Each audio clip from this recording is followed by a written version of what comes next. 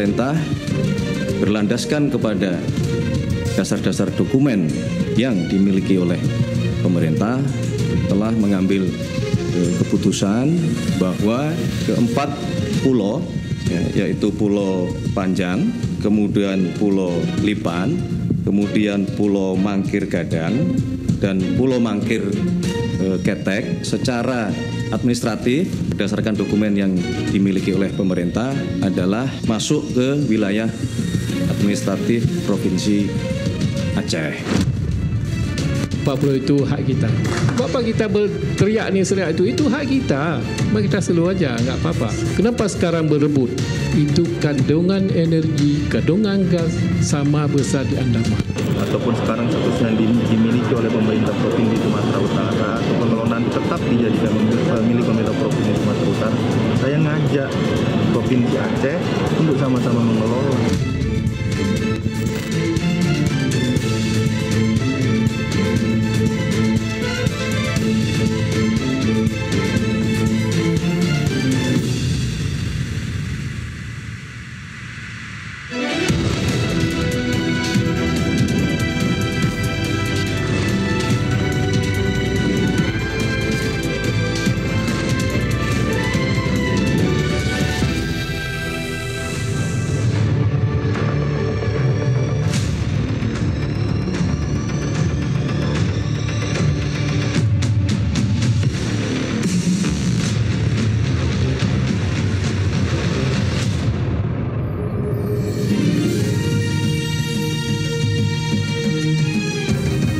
Disiarkan langsung dari studio MNC Conference Hall iNews Tower Jakarta. Inilah Rakyat Bersuara bersama Aiman Wicaksono.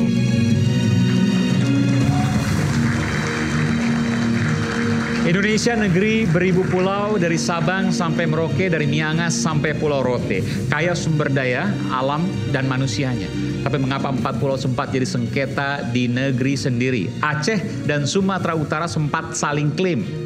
Untung Presiden segera turun tangan dan akhirnya 4 pulau jadi sepenuhnya milik Aceh.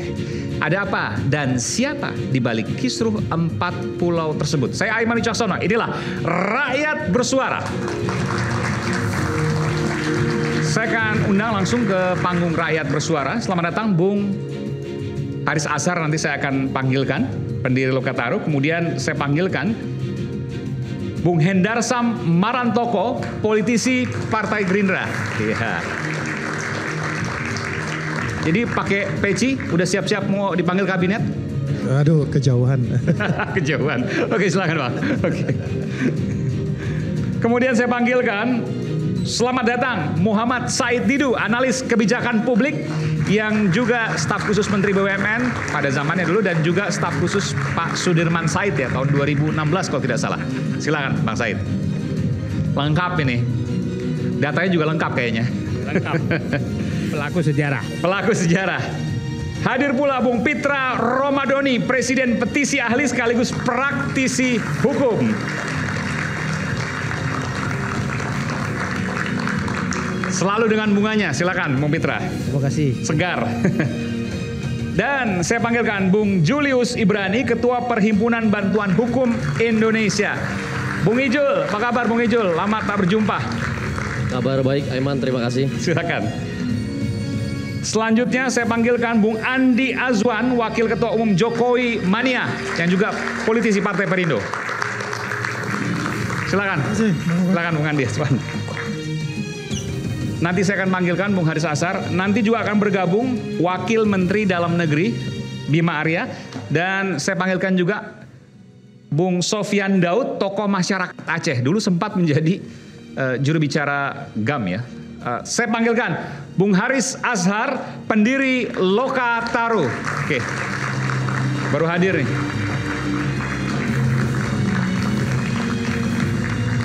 Langsung. Tapi ini Papua bukan Aceh nih. Ya. Sumba. Ini. Oh, Sumba. Oke.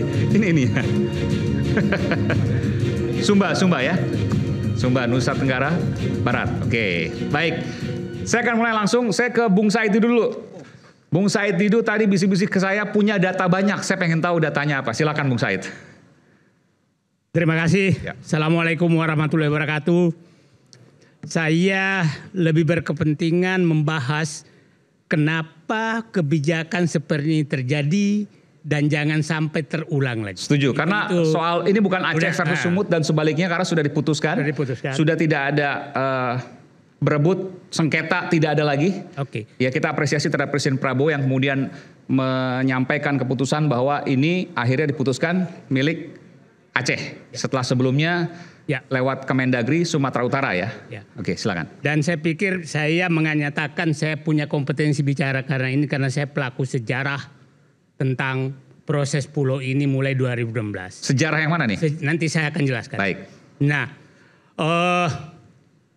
saya menarik kesimpulan bahwa terjadinya keputusan ini karena gaya pengambilan keputusan berbasis pemikiran maklar. Maklar, bukan kepentingan rakyat. Nanti saya jelaskan apa itu keputusan maklar. Jadi ada maklar di dalam sengketa 4 pulau ini sebelumnya ya? Oke. Dan masih berlangsung. Masih berlangsung sampai detik terakhir. Nah, yang kedua saya ingin menjelaskan kebijakan maklar itu apa dan contohnya seperti apa. Dan apa yang terjadi proses maklar terjadinya kasus ini terhadap pulau itu mulai 2016. Saya pelaku sejarahnya. Nah, ini terjadi proses maklar itu adalah apabila kekuasaan sudah berdialog dan menjual kekuasaan kepada calon investor dan mengabaikan kepentingan rakyat. Saya ada 8 contoh maklar dan saya catat tanggal terjadinya supaya sejarah mencatat. 1, waktu Papa minta saham itu tanggal 13 Desember Presiden Jokowi meminta menghentikan kasus itu. Padahal kita lagi mau membongkar siapa saja yang bermain korupsi. Artinya itu maklar. Maklar itu artinya ada negosiasi dong. Nah, yang kedua kasus pembangunan smelter di Morowali. Saya pelaku sejarahnya itu tanggal 29 Mei 2015. Pagi-pagi Presiden meminta Menteri SDM mendampingi peresmian smelter di Morowali. Ini jangan bicara kesalahan apapun, tapi ini nggak boleh terulang supaya kita tahu semua. Pak Sudirman Said damping saya menyatakan, Bapak Presiden mohon maaf, industri itu 3 izinnya tidak lengkap. Izin IUP-nya belum ada, izin lingkungannya nggak ada, izin tenaga kerja asingnya tidak ada. Jadi saya mohon Bapak Presiden jangan jadi bemper kesalahan. Itu kata-kata Sudirman Said. Kepada Pak Jokowi? Kepada Pak Jokowi. Nah jam 11 diresmikan di sana kita kaget. Pak Sudirman Said nggak diajak lagi. Saya saat itu ada di Kendari. Pak Menteri saya hadir nggak? Tapi saya ngapain hadir kalau Bapak nggak hadir? Ini bukan ini saya tidak mau ini terulang. Siapapun presidennya ke depan. Cara-cara seperti ini. Kemudian kasus IKN. IKN ini menjanjikan terlalu banyak kepada investor. Tapi yang paling menonjol adalah masuk akal nggak kita bahwa rakyat yang sudah hidup di tanah itu puluhan tahun diberikan hanya hak pakai 10 tahun. Sementara asing dikasih hak 190 tahun dan bisa jadi hak milik. Itu namanya kebijakan maklar tanah. Oke. Yang ini adalah PSN, Proyek Strategis Nasional. Masuk akal nggak kita bahwa Rempang kita usir rakyat demi investasi pabrik kaca? Masuk akal nggak kita mengusir rakyat di PIK 2 hanya demi investor, kepentingan investor? Masuk akal nggak kita di Surabaya terjadi, di mana-mana terjadi? Itu namanya kebijakan maklar. Nah, yang kelima adalah yang keempat tadi IKN, yang kelima PSN, yang kelima Blok Masela. Blok Masela itu blok gas yang sekarang mulai dibagabanin. Saat itu Menteri Sudirman Said itu dipanggil Presiden ke Kalimantan, buru-buru naik pesawat. Hanya diterima di lobi hotel dan minta agar Sudirman Said menghentikan proyek dengan impact dengan Blok Masela. Perintah begitu. Padahal kita lagi berunding. Nah, yang menarik lagi adalah akhirnya Blok Masela nggak jalan sampai sekarang. Blok gas Masela di Maluku Utara. Sengaja ini saya buka ke publik supaya kita punya catatan sejarah, jangan terulang. Kenapa dihentikan waktu itu? Pesannya Kita tidak pernah tahu siapa yang melobi, siapa yang ini kita nggak tahu. Tapi yang meminta Pak Sudirman Said, Pak Presiden Jokowi. Dan Pak Sudirman Said waktu itu adalah Menteri SDM. Oke. Nah, yang menarik adalah penghentian kasus pembangunan Aramco, kilang yang rencana Aramco. Ini menarik sekali. Pak Sudirman Said saat itu ditugaskan sebagai menteri tugas khusus ke Timur Tengah kan. Itu kan di awal-awal pemerintahan. Sehingga semua perundingan dengan Timur Tengah itu Pak Sudirman Said. Bayangkan dia sedang berunding di Riyadh, di Istana Raja dengan Sultan. Terus ditelepon dari Rusia. Kayaknya Ibu Menlu nelpon, Pak Dirman hentikan perundinganmu. Presiden mengambil keputusan kilang disetarkan ke Rosneft, Rusia.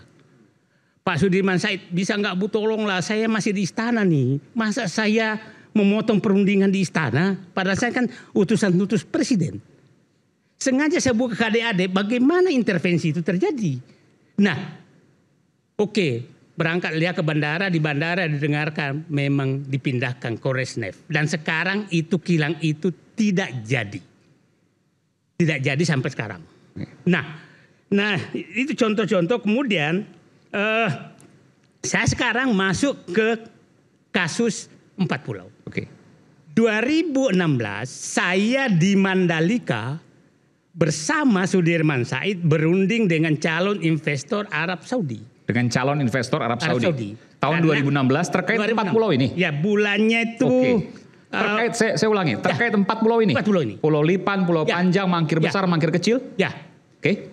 Saat itu kita tawarkan Mandalika dong untuk wisata khusus orang Arab. Supaya orang paham, biasanya orang Arab tuh memang khusus. Oke, 4 rumah di dalamnya tertutup untuk kalian punya 4. Ini eksklusif nih, ini eksklusif karena ini belum pernah disampaikan sebelumnya. Bung Said Didu menjadi pelaku sejarah langsung terhadap 4 pulau itu. 2016. Sampai ujungnya. Sampai ujungnya apa yang dilakukan Bobby sampai detik terakhir. Oke. Saat itu dia minta pulau yang khusus. Dia bilang kalau NTB kejauhan 3 jam tambah penerbangan, saya minta di sebelah baratnya Sumatera. Itu Arab Saudi minta. Nah, kita kasih ambillah peta, tunjukkan ya ini oke, ini oke, ini oke. Nanti kita pilih untuk wisata. Untuk wisata. Arab Saudi bilang untuk wisata. Untuk wisata. Oke. Nah, sementara kita berunding, ya semua kan diberhenti. Satu lagi, yang contoh kereta api cepat. Kereta api cepat itu juga ada proyek maklar. Nah, kereta api cepat itu terjadi 26 Januari 2016. Diresmikan oleh Presiden Joko Widodo, Jonan sebagai Menteri Perhubungan tidak hadir. Karena menganggap ini terlalu mahal dan bisa kualitasnya jelek. Dan faktanya memang sekarang mahal sekali, lebih mahal dari yang disampaikan Jepang.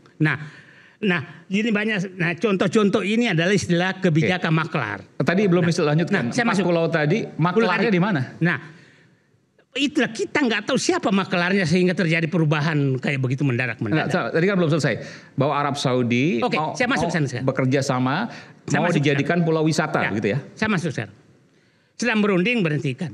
2021 Luhut Binsar Panjaitan, Menteri Investasi, menandatangani rencana pembangunan 4 pulau itu dengan Uni Emirat Arab 2021. MOU. Masih masuk Aceh waktu itu ya? Aceh. Oke. Aceh. Nah, itu saat itu karena Arab Saudi udah marah karena Aramco. Nah, Arab Saudi kan tarik semua kan, nggak mau investasi kan. Nah, Pak Presiden Jokowi pernah menyatakan saya siapin payung kerajaan yang nggak ada investasi. Nah, dia lupa bahwa dia justru mentorpedo Aramco untuk membangun kilang. Nah, itu kan. Karena dibatalkan tadi. Dibatalkan, dipindahkan ke Rusia. Nah, terus 2021 juga itu Presiden Jokowi pidato di masyarakat Aceh menyatakan sedang berunding dengan Uni Emirat Arab untuk membangun 4 pulau itu. Pulau di Aceh untuk pariwisata 2021.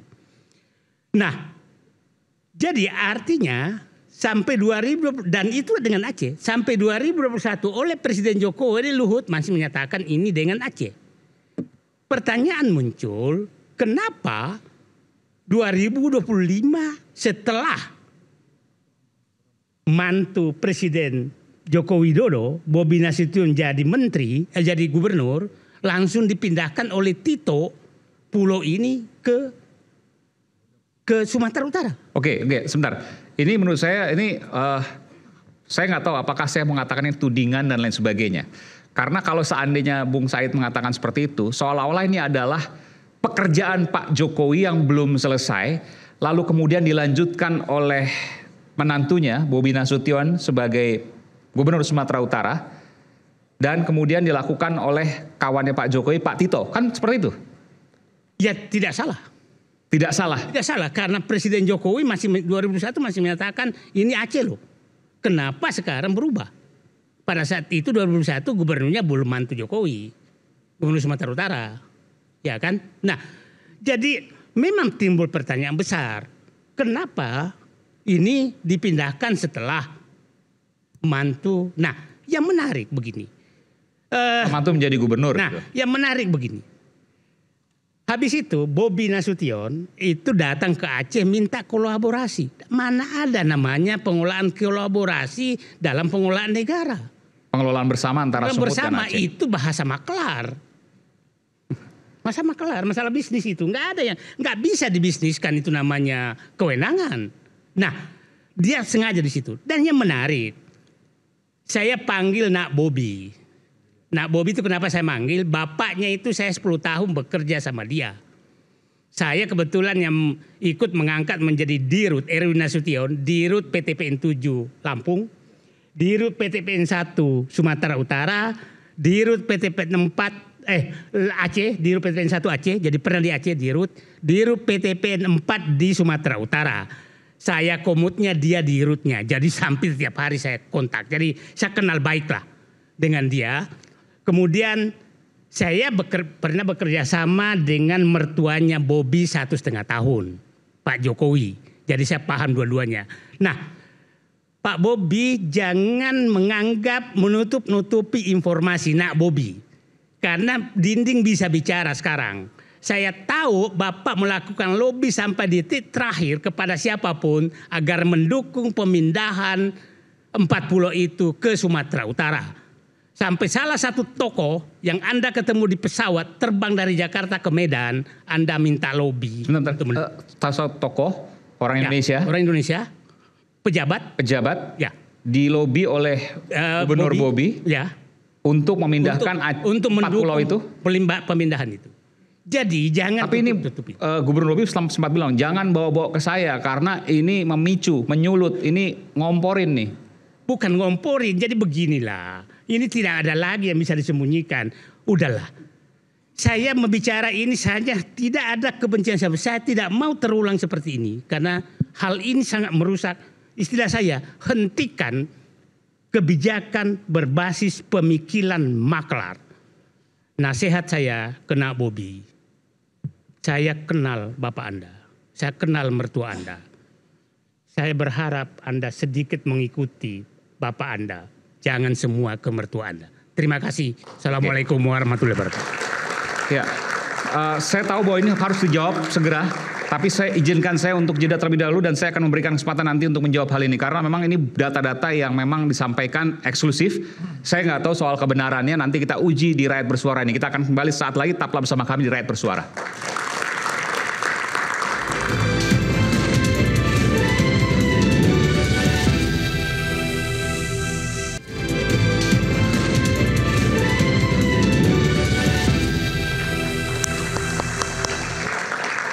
Kembali di Rakyat Bersuara, sebelum saya ke kubu yang sebelah kanan ya, saya ingin menyapa dulu Bung Sofyan Daud langsung dari Banda Aceh.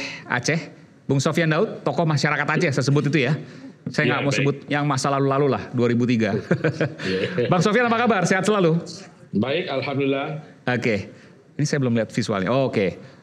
Bang Sofyan, waduh masih seperti dulu, lebih dari 20 tahun ya. 22 tahun, dulu sempat jadi jubir, juru bicara. Bang, Tadi Abang belum bergabung, tapi saya mau tanyakan. Tadi Abang mendengar nggak Bang Said Didu menyampaikan berbagai data yang menurut saya eksklusif? Iya, mendengar. Oke, baik. Meskipun kebenarannya saya belum tahu, sekali lagi saya akan konfirmasi nanti. Tapi saya ingin tanya ke Bang Sofyan Daud, apakah Abang punya komentar terkait apa yang disampaikan Bung Said Didu? Iya. Yang pertama, Assalamualaikum warahmatullahi wabarakatuh. Waalaikumsalam warahmatullahi wabarakatuh. Ya, mohon maaf saya nggak bisa hadir langsung, kebetulan saya di Banda Aceh. Saya mendengar sekali dari kata beliau, Pak Sido. Mungkin masih kenal Pak Said? Said, kenal. Masih kenal, terima kasih. Sering ketemu, ngobrol dulu. Pernah ketemu, ada beberapa kali. Jadi yang persoalan pulau di Aceh itu cuma acak-acak aja itu, bukan sebenarnya itu. Mungkin permainan Mendagri aja karena kerja lain mungkin. Maksudnya gimana? Gimana Bang? Acak-acak gimana? Mungkin permainan Mendagri aja itu. Permainan aja itu. Oh, permainan aja, oke. Siapa yang bermain, Bang Sofyan? Ya mungkin yang memberi SK keputusan kemarin pulau itu masuk Sumatera Utara. Oke. Sebenarnya Aceh ini ada khusus. Maksudnya itu khusus karena Aceh ini. Mungkin para menteri yang lain pun jangan ambil keputusan dulu. Jadi coba bicara dengan presiden. Jadi gini, Aceh ini di masa lalu yang kita ingat, susah sekali puluhan tahun. Ini saya bicarakan mungkin mohon maaf lah, karena konsep terulang masa lalu dikit. Dengan masalah pulau ini. Mungkin saya akan mengulang masa lalu sedikit saja supaya dipahami. Jadi gini, saya 30 tahun yang dulu, saya nggak bicarakan pulau 4. Yang saya bicarakan 4 wilayah. Timur-Timur, OPM, RMS, dan Aceh Merdeka.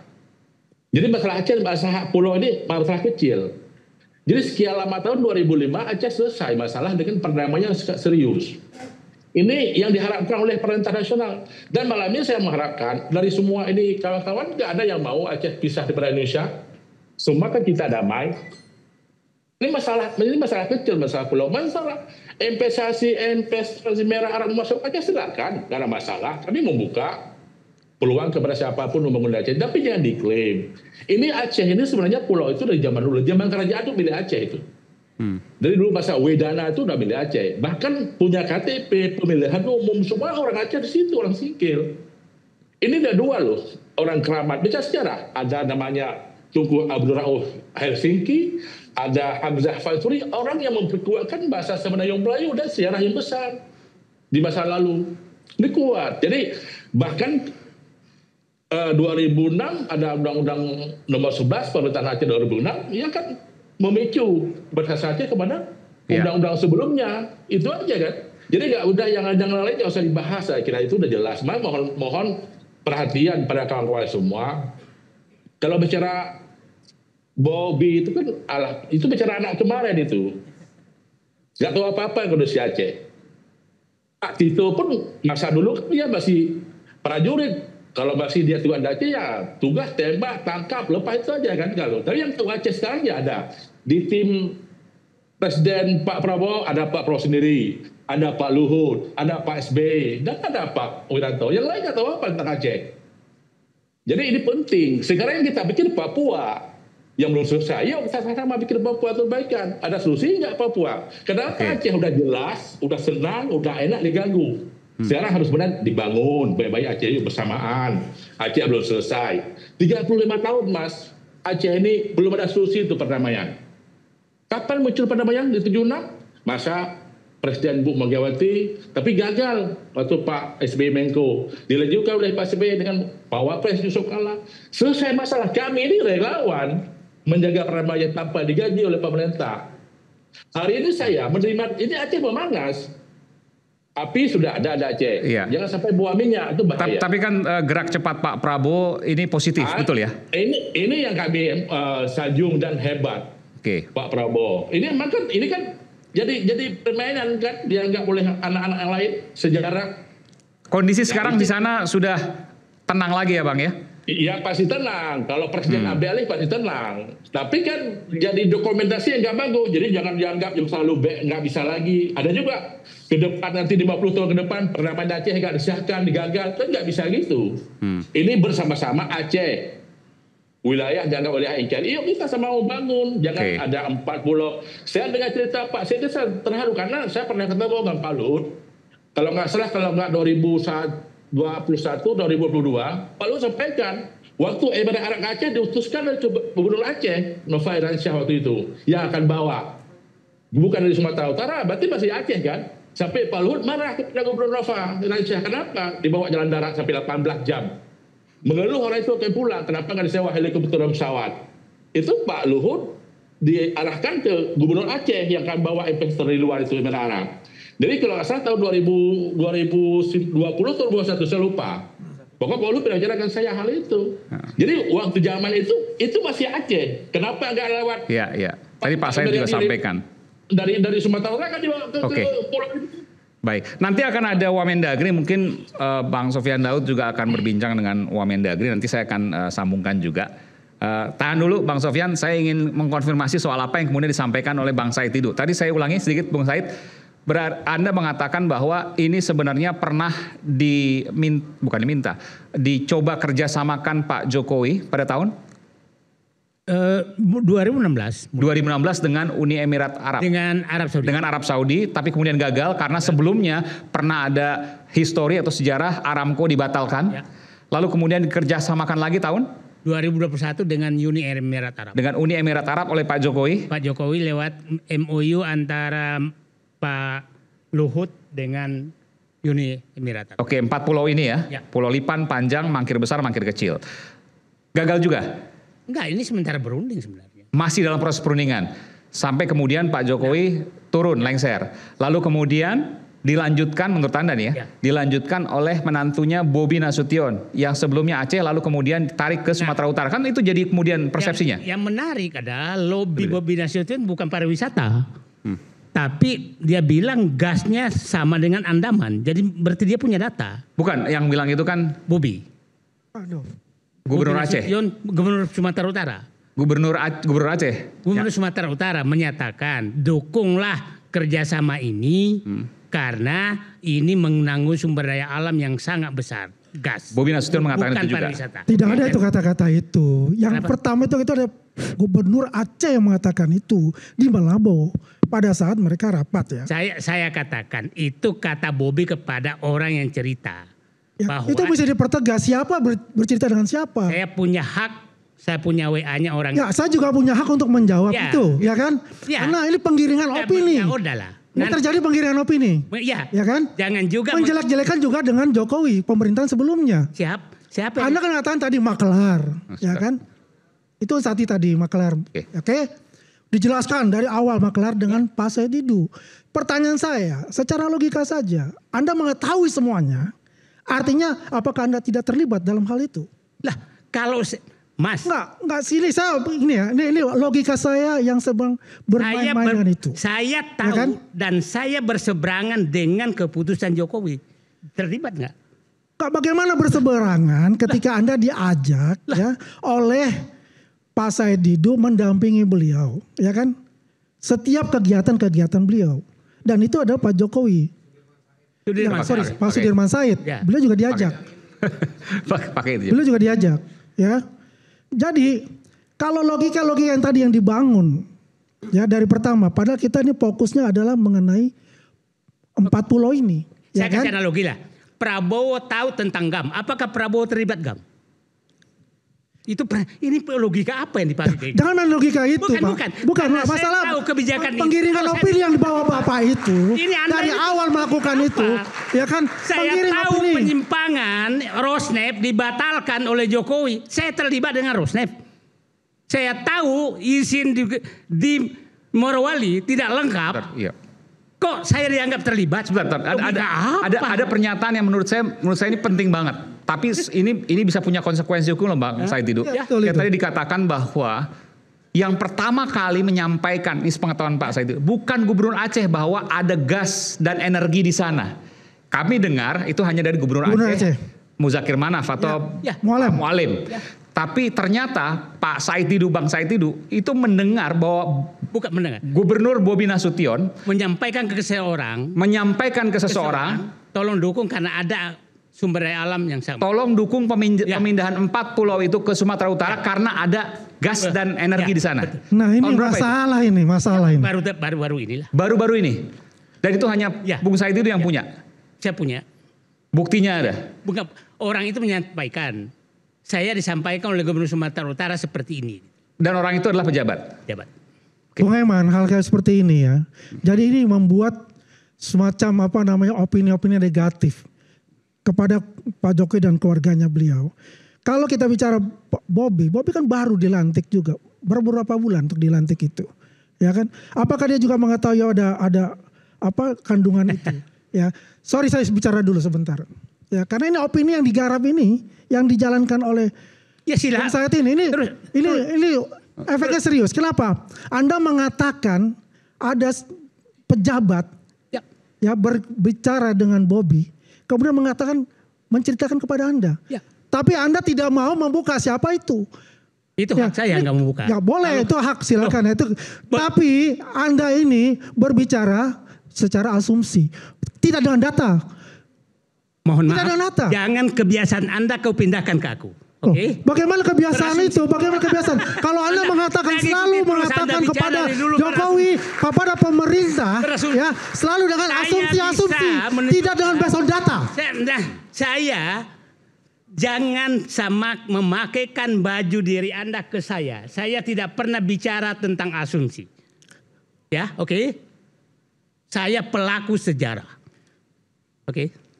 Anda pelaku sejarah? Ya. Oke, tapi pertanyaan saya dengan 40 itu. Anda tahu bagaimana sejarah pulau itu? Kenapa? Sejarah dari pulau itu. Sejarah yang saya tahu tentang bagaimana berunding tentang pulau itu. Saya pelaku sejarahnya. Jangan Anda tahu sejarah Aceh. Kan pertanyaan sama. Enggak, karena Anda mengatakan Anda mengatakan gini, Aramco. Saya tidak mau berdebat. Ya. Karena begini, ini kan dia juga nggak pernah bicara sama Bobi. Ngapain saya berdebat sama dia? Anda udah bicara dengan Bobi langsung untuk masalah itu? Bukan, ini orang yang bicara. Orang yang berbicara menyampaikan ke Anda. Ya, Anda sudah mengatakan itu adalah kenal nggak Bobi? Sahih. Kenal aja enggak? Bukan masalah kenal Bobi. Saya ke Bung Ijul dulu. Bung Ijul, apa yang disampaikan oleh Anda kan juga pakar hukum juga. Anda juga praktisi hukum. Apa yang disampaikan oleh Bung Saidin ini punya konsekuensi hukum juga? Oh jelas. Tapi gini Aiman, maksudnya di bantahannya juga nggak substantif juga gitu ya. Saya pikir Bung akan memberikan satu bantahan yang substantif dan memberikan indikator dari misalnya apa yang akan dikatakan Bobi, apa yang telah disikapi oleh Bobi dan segala macam. Cuma saya mau ngomong begini. Pertama, kita mesti lihat pola. Ini penting ya. Dalam satu kebijakan negara, wajah rezim itu terlihat dari polanya menentukan kebijakan. Meskipun saat ini kita sama-sama tahu pemerintah negara sedang struggling untuk integrasi politik. Kita tahu itu. Maknanya apa kita sama-sama tahu. Nah, dalam hal ini kita lihat bahwa pola-pola untuk mencaplok pulau utamanya di daerah pesisir, pinggiran dan segala macam dengan perspektif hanya angka dan ekonomi saja itu sudah banyak membawa masalah ya. Kita baru selesai dari ribut-ribut Raja Ampat dan segala macamnya, sekarang muncul lagi 4 Pulau Aceh. Dan ini aktor sentralnya juga sama lagi, orang yang sangat problematik bukan hanya ketika dia jadi polisi, tetapi ketika dia jadi menteri, yaitu Tito Karnavian gitu ya. Nah, dari sini sebetulnya yang kita harapkan adalah kita indikasi dari kekisruhan ini kita identifikasi dulu. Satu, jelas soal administrasi dalam pembahasan kebijakan itu ada yang salah. Ada undang-undang yang tidak dirujuk kalau tadi Bung bicara sejarah. Itu yang pertama. Yang kedua, jelas juga ada komunikasi dan koordinasi yang tidak transparan. Bukan saya mengatakan tapi masyarakat Aceh yang bilang, pimpinan-pimpinan daerah Aceh yang bilang bahwa tidak ada komunikasi yang rutin mengenai apa yang hendak dilakukan dan diputuskan. Nah, ini gaya-gaya yang sering membawa konflik. Dan tadi saja Bung Said baru mengatakan ada diskusi-diskusi yang kita nggak tahu, bukan di dalam dimensi saya juga diinformasikan demikian. Cuma kita mesti melihat bukan apakah kita membuktikan obrolannya Bung Said dengan siapa yang ada di handphonenya dia, tetapi hasilnya apa? Hasilnya apa? Tidak ada yang tidak kaget satu Indonesia ketika pulau itu berpisah dari Aceh. Dan tidak perlu kita konfirmasikan perpisahan itu ketika Mendagri dan pimpinan yang kita lihat konvers tadi itu mengatakan akhirnya mengembalikan. Berarti posisi asalnya ada di Aceh. Ditarik ke Sumut, lalu bahasa yang digunakan mengembalikan kepada Aceh. Nah, ini yang harus kita konfirmasi. Kemudian supaya tidak terulangi lagi, supaya tidak terjadi lagi yang kita sebut disintegrasi dan segala macam supaya tidak terjadi lagi kebijakan-kebijakan tanda kutip yang Bung Said bilang apa tadi, maklar pulau-pulau itu tidak terjadi. Maka sekarang kita lihat nih, satu kita lihat bagaimana sikap Gubernur Aceh, bagaimana sikap Mualem, bagaimana sikap Bobi dan segala macamnya. Apa istilah-istilah yang digunakan? Kalau kita mau menguliti Bobi, Bung, kita lihat beberapa istilah yang digunakan. Pertama dia mengatakan itu bukan kewenangan kami, itu pusat. Ya, itu satu. Yang kedua adalah kami siap untuk berkolaborasi. Itu kedua. Yang ketiga, kami buka ruang perundingan baik dengan Aceh langsung maupun bersama-sama forum dengan nasional. Dari situ kita sudah bisa lihat arahnya kemana. Ya, yang mana dalam satu hal kebijakan itu ketika dia diputuskan, menilai kebijakan itu positif atau tidak paling gampang adalah dengan menilai siapa yang diuntungkan dari kebijakan itu. Selalu begitu. Kebijakan Raja Ampat dieksploitasi siapa yang diuntungkan. Kebijakan smelter IMIP di Morowali siapa yang diuntungkan. Dan yang lainnya. Saya pikir tadi misalnya Anda mengatakan dalam konteks ini ketika itu punya Sumatera Utara yang diuntungkan adalah Gubernur Sumatera Utara. Oh jelas, Bobi. Sumatera Utara dalam konteks pemerintahan provinsi sampai ke daerah. Itu jelas. Kenapa? Karena kan ini eksploitasi yang sifatnya misalnya kalau terjadi eksploitasi di situ, itu bukan eksploitasi yang berhenti di level Tapanuli Tengah, bukan. Izinnya juga nggak berhenti di situ. Jadi kalau saya lihat apa yang kemudian Anda logikakan dengan data yang disampaikan oleh Bung Said itu, Anda setuju? Jelas setuju Satu karena jalan. indikasinya itu mengarah ke sana. Makanya tadi saya katakan kalau kita mau membantah on behalf Bobi ya meskipun dia adalah menantunya Jokowi, kemudian kita mengatakan oh enggak, dari awal Bobi tegas menolak, kami tidak mau menerima misalnya seperti itu 4 pulau itu karena itu milik Aceh sebelumnya dan telah didiskusikan sebelumnya untuk Aceh. Oh itu jelas, berarti tidak ada indikasi. Karena tadi Bung bicara asumsi, saya bicara indikasi. Kita sama-sama nggak punya bukti. Tapi yang pasti saya kenal orang ini, saya tahu ini bukan kaleng-kaleng dan nggak mungkin ngomong sembarangan. Kalaupun ngomong sembarangan, Bung Said ini saya yang pertama kali akan menegur beliau. Gitu Bung Aiman. Ya, terima kasih. Kalau kita bicara tentang angka 4, kalau bahasa Mandarin itu si ya, artinya mati. Kita punya problem dengan angka 4 ini. Raja Ampat dan 4 pulau ini. Ya kan? Apa yang digambarkan, mohon maaf saya lupa jadi nama. Bang Ijul. Ya. Ini ada sisi benar juga. Tapi saya akan memberikan suatu pandangan lain. Mengenai dengan Bobi Nasution sebagai Gubernur Aceh. Gubernur Sumatera Utara. Pandangan beliau itu karena dia berdasarkan dari data dari Kementerian Dalam Negeri adalah ini pulau adalah milik Sumatera Utara. Karena apa? Sejak 2008 itu ketika diadakan verifikasi ya, pemerintah Aceh pada saat itu membuat kesalahan dalam hal menentukan titik koordinat. Betul ya? Jadi mestinya 260 pulau di Aceh itu termasuk 4 itu. Kenyataannya hanya 2013. Tapi itu masuk 40 itu ke Sumatera Utara. Itu kan fakta sejarah ya yang terjadi. Kesalahan itu pada tahun 2008 itu adalah salah mematok titik koordinat. Karena begini, koreksi kalau bisa saya salah ya. Karena Pulau Pajang, Pulau Lipan dan Mangkir Besar dan Mangkir Kecil. Ya. Itu ada namanya pulau banyak. Itu namanya sama. Ada pulau banyak namanya sama. Waktu menentukan titik koordinat itu ya di pulau yang banyak itu. Bukan pulau yang di situ. Gitu loh. Secara historis ya itu memang milik Aceh. Kenapa? Ya, undang-undang kita lihat Undang-Undang Nomor 24 tahun 59 itu patokan dari otonomi daerah. Pada saat itu ada orang Aceh yang ke Pulau Pajang, Pulau Lipan dan Mangkir Besar, Mangkir Kecil. Yaitu namanya Teku Daud. Ya, dia yang mempunyai pulau itu. Ya. Pulau Pajang dan Pulau Lipan. Kemudian ada lagi namanya Teku Raden. Dia untuk Mangkir Besar dan Mangkir Kecil. Inilah yang dibilang novum baru, sebetulnya salah satu novum baru yang mengesahkan bahwa itu benar adalah milik Aceh. Karena apa? Di situ ada jeti, di situ ada musola, ada rumah singgah.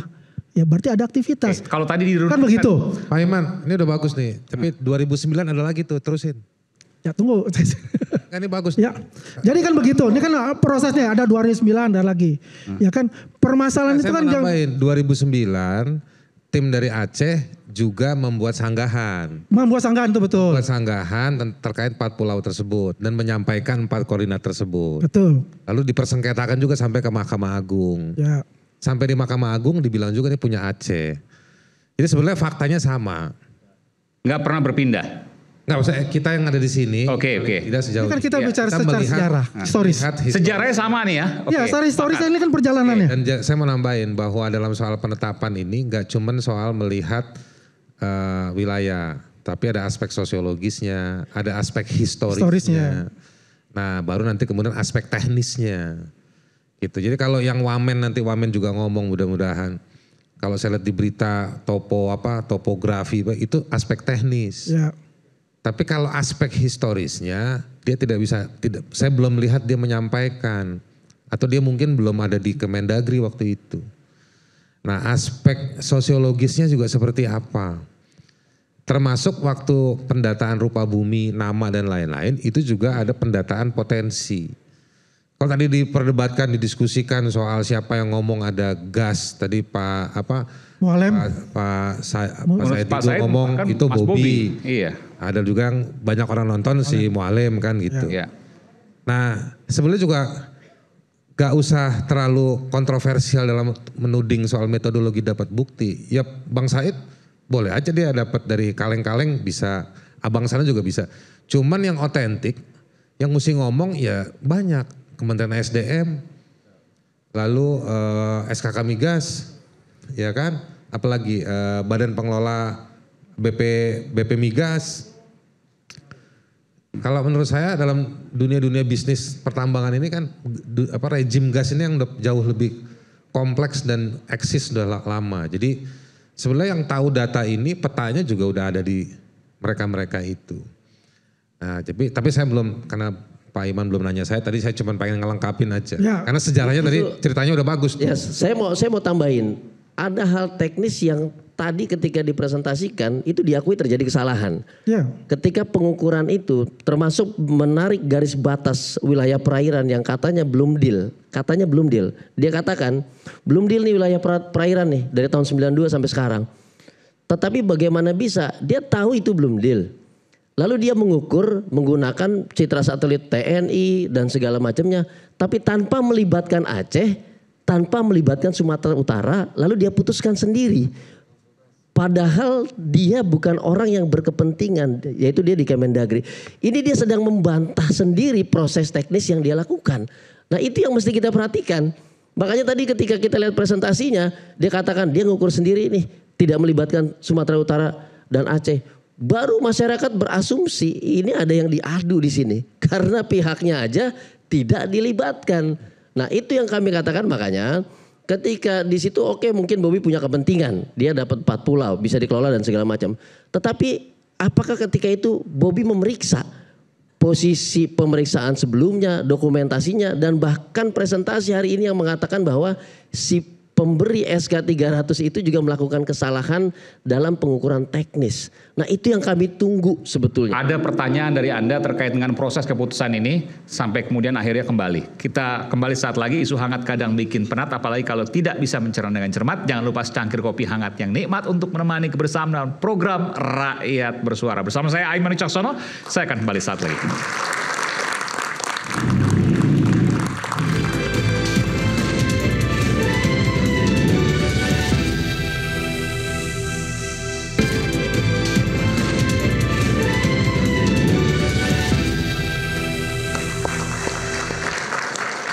Kebetulan sudah bergabung bersama kami di Rakyat Bersuara, Wakil Menteri Dalam Negeri, Bung Bima Arya. Selamat malam, Bung Bima Arya, Bung Wamen. Selamat malam. Iya, terima kasih sekali telah bergabung bersama kami Rakyat Bersuara. Ini baru saja kita beberapa jam yang lalu mendengarkan bahwa kembali ke Aceh. Tadi sempat ada perdebatan di sini, artinya memang sebelumnya milik Aceh dong. Gimana penjelasan Mas Wamen? Jadi dari tahun 2008, itu semua proses untuk pendataan, kemudian mengidentifikasi nama pulau, kode wilayah, itu atas nama Sumatera Utara. begitu. Itu babak pertama ya, karena memang pendaftaran verifikasi itu dilakukan oleh Provinsi Sumatera Utara. Ada beberapa keberatan dari Aceh, tetapi ada fase-fase di mana ketidakakuratan dalam memberikan koordinat, nama yang tidak tepat begitu ya. Jadi kira-kira sampai tahun 2018 ketika itu kemudian Aceh melakukan revisi koordinat. Jadi ada babak di mana proses koordinasi itu terkendala oleh persoalan-persoalan koordinat, penamaan dan sebagainya. Baru kemudian di tahun 2022 Kemendagri bersama dengan Tim Nasional Rupa Bumi melakukan verifikasi langsung karena ada keberatan-keberatan, ada somasi yang disampaikan oleh Gubernur Aceh dan juga oleh kabupaten waktu itu di sana ya, dan kemudian ditemukanlah beberapa temuan-temuan begitu. Nah, temuan inilah yang memerlukan proses verifikasi yang agak panjang karena ada yang perlu keabsahan, ada yang perlu validasi keaslian dokumen. Untuk kemudian puncaknya adalah akhirnya setelah proses yang agak panjang ditemukanlah dokumen asli, yaitu bersumber dari kesepakatan antara Gubernur Sumatera Utara dan Gubernur Aceh di tahun 92 mengenai batas wilayah Sumatera Utara dan Aceh. Itu kesepakatan yang tidak pernah ditemukan dokumennya, tetapi di Kemendagri kita temukan datanya. Datanya itu bukan kesepakatannya, tetapi datanya adalah Kemendagri. Jadi kopi asli. Oke, ini menarik. Jadi pada kesepakatan itu yang kemudian ditemukan datanya di Kemendagri itu disebutkan 4 pulau itu milik Aceh. Milik Aceh. Iya. Artinya memang clear. Kenapa kemudian pertanyaannya Kemendagri memutuskan bahwa itu milik Sumatera Utara? Kan sempat seperti itu, Pak Wamen. Iya, karena memang temuan itu kan baru setelah survei di lapangan tahun 2022. Setelah survei di lapangan tahun 2022, itu baru ada indikasi, ada petunjuk ke arah pemilikan Aceh. Gitu. Itu setelah survei 2022. Nah, sebelumnya ini kan ada fase di mana awalnya itu ya yang tercatat adalah berdasarkan geografis tadi, berdasarkan kedekatan wilayah. Nah, Sumatera Utara yang melakukan registrasi itu, yang mendaftarkan pulau-pulau itu. Sementara ada persoalan tadi, Aceh sempat mendaftarkan tapi koordinatnya tidak tepat. Aceh sempat mendaftarkan tetapi nama pulaunya berbeda. Nah, ini ada fase persoalan-persoalan administrasi. Baru kemudian petunjuk ke arah kepemilikan Aceh lebih kuat lagi sejak tahun 2022. Tapi dari 2022 sampai 2025 ini kita kesulitan untuk mencari dokumen asli. Gitu kira-kira, Iman. Dan kemudian diputuskan milik Sumatera Utara pada waktu itu kan, 2025. Itu boleh diceritakan, Pak Wamen? Jadi begini, ada proses pemutakhiran kode wilayah, ada proses untuk penamaan nama-nama pulau. Dan ini bukan hanya 4 pulau saja, ini ke seluruh Indonesia. Jadi ketika Pak Menteri menandatangani di bulan Juni 2025 ini lampirannya ada 4.000, tidak saja 4 pulau dan 2 provinsi, tapi seluruh Indonesia. Dan saat itu Sumatera Utara dinyatakan ya, ini menjadi 4 pulau tadi dinyatakan masuk ke Sumatera Utara karena pertama belum ada kesepakatan antara 2 provinsi dan masih proses mencari validasi atas petunjuk-petunjuk ke arah kepemilikan Aceh. Ya, jadi kenapa masih 2025 ini kemarin Juni kapannya masuk ke Sumatera Utara? Karena satu belum ada kesepakatan dan yang kedua juga ada proses validasi dari dokumen-dokumen. Oke, saya mohon maaf, saya harus bertanya karena ini tentu menjadi pertanyaan banyak pihak. Kalau belum ada validasi, belum ada data-data yang valid, kenapa kemudian berani diputuskan? Ya karena ini masih proses begitu, masih proses karena kalau kemudian kita langsung putuskan itu satu itu perlu kesepakatan ya. Yang kedua, dokumennya ini kan fotokopi semua. Oke. Jadi perjanjian kesepakatan fotokopi. Nah, kalau kemudian di kemudian hari ada versi lain yang lebih otentik, ini bisa bermasalah secara hukum. Permasalahan keputusan itu kan sudah ditandatangani oleh Kemendagri, Pak Wamen. Artinya proses itu yang tadi dikatakan masih proses dan selanjutnya itu dengan sendirinya gugur karena sudah ada keputusan Kemendagri. Maksudnya yang gugur yang mana? Kan masih proses bahwa apakah milik Aceh atau Sumatera Utara begitu ya. Lalu kemudian dari awal itu Kemendagri pencatatannya adalah di Sumatera Utara. Oke. Ya, sekali daerah awal jadi tidak pernah pencatatan itu di Aceh, tidak pernah. Pencatatan Kemendagri kode wilayah penamaan pulau itu di Sumatera Utara, begitu. Sampai muncul kemudian di tahun 2022 itu indikasi ke arah bukti-bukti kepemilikan Aceh. Betul. Itu poinnya. Betul. Ya. Tapi kemudian di 2025 ini yang jadi pertanyaan publik banyak ya. Ya. Bahwa sebelumnya Kemendagri memutuskan Sumatera Utara, namun di 2022 menemukan data baru, tapi di 2025 bulan Juni diputuskan itu punya Sumatera Utara. Tidakkah itu berisiko, Pak Wamen? Kan tadi saya jelaskan, belum ada perkembangan penemuan dokumen-dokumen yang lebih absah, belum ada. Jadi kalau kemudian dirubah, itu kan artinya berisiko.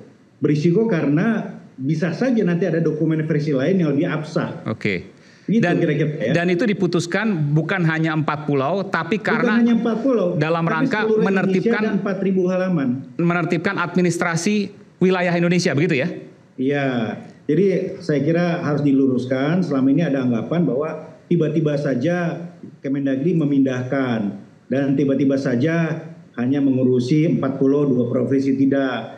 Ini proses pemutakhiran data seluruh Indonesia. Pak Mendagri itu menandatangani ada lampirannya 4.000 halaman lebih, begitu. Dan saat itu tentu disampaikan juga bahwa statusnya masih status quo karena masih proses validasi, gitu. Nah, proses validasi inilah yang kemudian dipercepat ketika memang menjadi perhatian nasional. Nah, memang tidak pernah ketemu di Aceh ini karena laporan dari teman-teman Aceh kesulitan mencari dokumen yang asli karena semuanya hilang setelah tsunami. Nah, tetapi ketika kita perintahkan, ketika Pak Menteri memerintahkan, coba kita cek di semua gudang Kemendagri. Nah, ada satu di Kelapa II. Nah, di situ ditemukan dan itu bukan ditemukan perjanjiannya, tetapi Kepmennya. Jadi perjanjian yang ditindaklanjuti oleh Kepmen pada tahun 92. Itu baru ditemukan kemarin pagi. Baru temukan kemarin pagi yang akhirnya hari ini kita mendengarkan bahwa ada keputusan dimiliki oleh Aceh, begitu ya? Iya, iya. Ditemukan di Kelapa II. Kelapa II mana? Maksudnya di Depok atau apa? Iya di sana. Di Kelapa II di tempat arsip Kemendagri. Tempat arsip Kemendagri, oke. Pak Wamen, tadi ada tokoh masyarakat Aceh, Bung Sofyan Daud ingin bertanya kepada Anda, apakah Anda bersedia Pak Wamen? Ya, silakan. Oke, silakan Bung Sofyan Daud. Ya, Assalamualaikum Pak Wamen. Waalaikumsalam warahmatullahi wabarakatuh. Apa kabar? Baik. Yang pertama terima kasih dulu lah kalau memang pulau itu sudah kembali ke Aceh lagi. Ya. Jadi ini pertanyaan gini. Jadi yang saya tahu itu kesepakatan 92 itu antara Pak Gubernur Perhimasan dengan Pak Raja Siregar yang dimediasi oleh Menteri Dalam Negeri Rudini. Betul. Itu perjanjiannya hanyalah di Kemendagri, bukan di Aceh, bukan di Sumatera Utara. Mungkin arsipnya ada di nasional kan? Iya betul. Kesalahan kemarin membawa peta, bukan membawa arsip. Jadi ini yang jadi heboh kemarin. Jadi pemahaman ini kenapa kemarin sampai terjadi heboh sekali di Aceh, bahkan terutama di kabupaten tersebut, karena mereka merasa memiliki. Jadi kenapa kecewa? Mohon maaf, lo kecewa gini, merasa memiliki hilang. Kalau Sumatera Utara nggak ada kecewa karena nggak merasa memiliki, hilang yang sudah ada gitu. Ini dua posisi yang berbeda. Tapi pertanyaan ini yang kenapa tiba-tiba perjalanan sampai akhir pertemuan ada tim Aceh dengan Mendagri, tim di semuanya di Bali. Jadi apa jelaskan masih bertolak belakang semuanya. Yang terkejut tiba-tiba di SK-kan ini ke Sumatera Utara. Satu, yang kedua, bahkan Pak Menteri mengatakan ala pihak yang senang gugat PT UN. Ya, dengan hal yang berikut, Gubernur Sumatera Utara dan Kerangka Aceh minta, yuklah kerjasama. Ya, kerjasama di mana? Ini yang kecewaan, yang statusnya banyak yang nggak stabil. Itulah yang jadi permasalahan di Aceh yang dianggap. Bah kami ini kan jalan melihat. Bahkan Gubernur Aceh kan dari kalangan juga dari kami, jadi menampung semua pemasukan-masukan. Bahkan nama pulau itu jelas. Aceh Singkil itu, karena Aceh itu masa lalu adalah di 7 kabupaten terbesar. Salah satu itu Aceh Selatan, Kabupaten Aceh Selatan sebelum pemekaran ke Singkil. Ini nama-nama itu kan menjadi di situ hanyalah orang tamu yang masuk banyak dari orang Sumatera Barat, kan itu ada bahasa Jame. Nama pulau itu dengan bahasa Jame juga, bahasa Aceh Selatan. Nama pulau semua lengkap itu sebenarnya. Jadi nggak ada masalah. Bahkan 20 tahun yang lalu masih ada masyarakat yang mengundi sampai 22 kata kalau nggak salah itu. Jadi bahasanya mereka keluar ke darat karena waktu itu zaman itu. Jadi singkat cerita soal historis, soal sejarah sudah membuktikan Anda mau mengatakan seperti itu ya Bung Sofyan Daud ya. Baik, terima kasih. Oke, silakan. Jadi yang penting kondisinya semua ini hari ini ya mungkin kita bersyukur lah. Terima kasih. Ya. Bersyukur. Ini polemik ini dari awal udah mungkin nggak sampai jangka panjang yang harus diselesaikan dengan yang kebijakan yang paling hebat. Mungkin inilah pengalaman kita ya Pak Presiden lah turun tangan sukses masalah ini. Ini bukan masalah main-main. Jadi makanya Pulau 4 ini kalau kita lihat bicarakan ada minyak, ada gas, ada semua itu hal yang kedua. Tapi intinya mungkin di sifatnya orang Aceh ini kan etika, jarak kehormatan, dihargai. Mungkin itu terima kasih kepada pemerintah dulu, kepada pusat terhadap perilaku Aceh juga baik sekali lah. Oke, baik. Dikembalikan ke Aceh. Baik. Silakan Pak Wamen terakhir. Ya, jadi kami sangat memahami suasana kebatinan saudara-saudara kita di Aceh. Begitu persoalan ini muncul ke permukaan, langsung Pak Menteri meminta kami melakukan evaluasi total gitu. Karena sebelumnya ini prosesnya administratif saja. Jadi ada pemutakhiran ke seluruh Indonesia, begitu. Kemudian khusus untuk 4 pulau ini belum ada progres tentang dokumen yang absah, yang asli, maka status quo gitu kira-kira. Nah begitu kemudian muncul persoalan besar, nah kami merasa perlu untuk mengevaluasi kembali. Ketika dibuka, maka muncullah kemudian tonggak-tonggak monumental itu. Yang paling signifikan itu yaitu berita acara di tahun 2022, Bang Sofyan gitu ya. Iya, nah di situ muncullah data-data penemuan pembangunan fisik di pulau di beberapa pulau di sana. Iya. Kemudian ada juga dokumen agraria tahun 65 yang menjadi rujukan dari peta topografi TNI AD 1978. Bahkan ada kesepakatan tahun 88 antara Aceh dan Sumatera Utara. Dan terakhir yang paling kuat adalah kesepakatan 92 antara Pak Ibrahim Hasan dan juga Pak Raja Inap gitu. Nah, tetapi di situ kami menemukan rekomendasi. Jadi berita acara 2022 itu merekomendasikan agar tim melakukan proses pengecekan dokumen-dokumen asli begitu. Nah, di situ kami cek lagi, sudah sejauh mana dokumen asli tadi? Ternyata belum ada progres karena memang nggak ketemu. Nah, Pak Menteri kemudian meminta, tolong jangan hanya fokus kepada dokumen yang ada di Aceh, karena kami juga meminta kan Provinsi Aceh gitu. Karena kita khawatir setelah tsunami hilang semua. Coba cari di berkas-berkas di gudang-gudang Kemendagri, ternyata ketemu kemarin. Di Kelapa II. Boleh disebutkan Pak Wamen. Jadi di Kelapa II itu ditemukan dokumen yang intinya berisi apa? Keputusan Menteri Dalam Negeri untuk menetapkan batas-batas wilayah Sumatera Utara dan juga Aceh terkait 4 pulau tadi berdasarkan kesepakatan antara 2 gubernur. Jadi ada 2 ya, yang satu kesepakatan antara 2 gubernur, ini dokumennya nggak ketemu, aslinya hanya ada fotokopinya. Yang kita ketemukan kemarin adalah keputusan menteri sebagai tindak lanjut dari kesepakatan tadi. Begitu. Tahun berapa itu keputusan menteri tahun?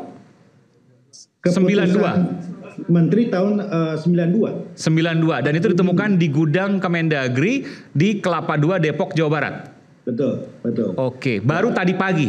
Ya. Nah, kemudian kita harus pastikan bahwa ini ditindaklanjuti dan sampai ke semua. Jadi pertama, 2 gubernur tadi, Pak Bobi dan Pak Mualim itu melakukan kesepakatan ulang. Ini penting sekali. Kesepakatan ulang berdasarkan koordinat-koordinatnya. Itu satu. Yang kedua, Kemendagri melakukan proses revisi. Jadi sudah direvisi ini. Jadi nggak lagi Kemendagri yang lama, ini langsung masuk ke Aceh. Dan yang ketiga, Kemendagri juga meminta agar Badan Informasi Geospasial melakukan perbaikan terhadap gazeter ini. Karena Badan Informasi Geospasial inilah yang menyampaikan ke badan di bawah PBB.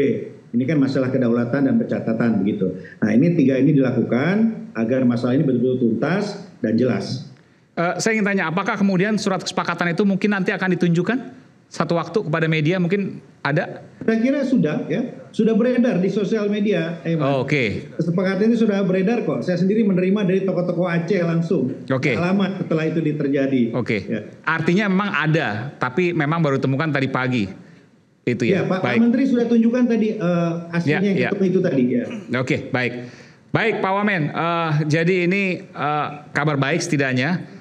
Tapi ini kemudian juga sempat kemudian menjadi gaduh. Tapi yang jelas sekarang sudah diputuskan bahwa ini sesuai dengan apa yang ada di dokumen. Terima kasih Pak Wakil Menteri Dalam Negeri, Bung Bima Arya. Terima kasih juga Bung Sofyan Daud, tokoh masyarakat Aceh. Kita kembali saat lagi, tetaplah bersama kami di Rakyat Bersuara.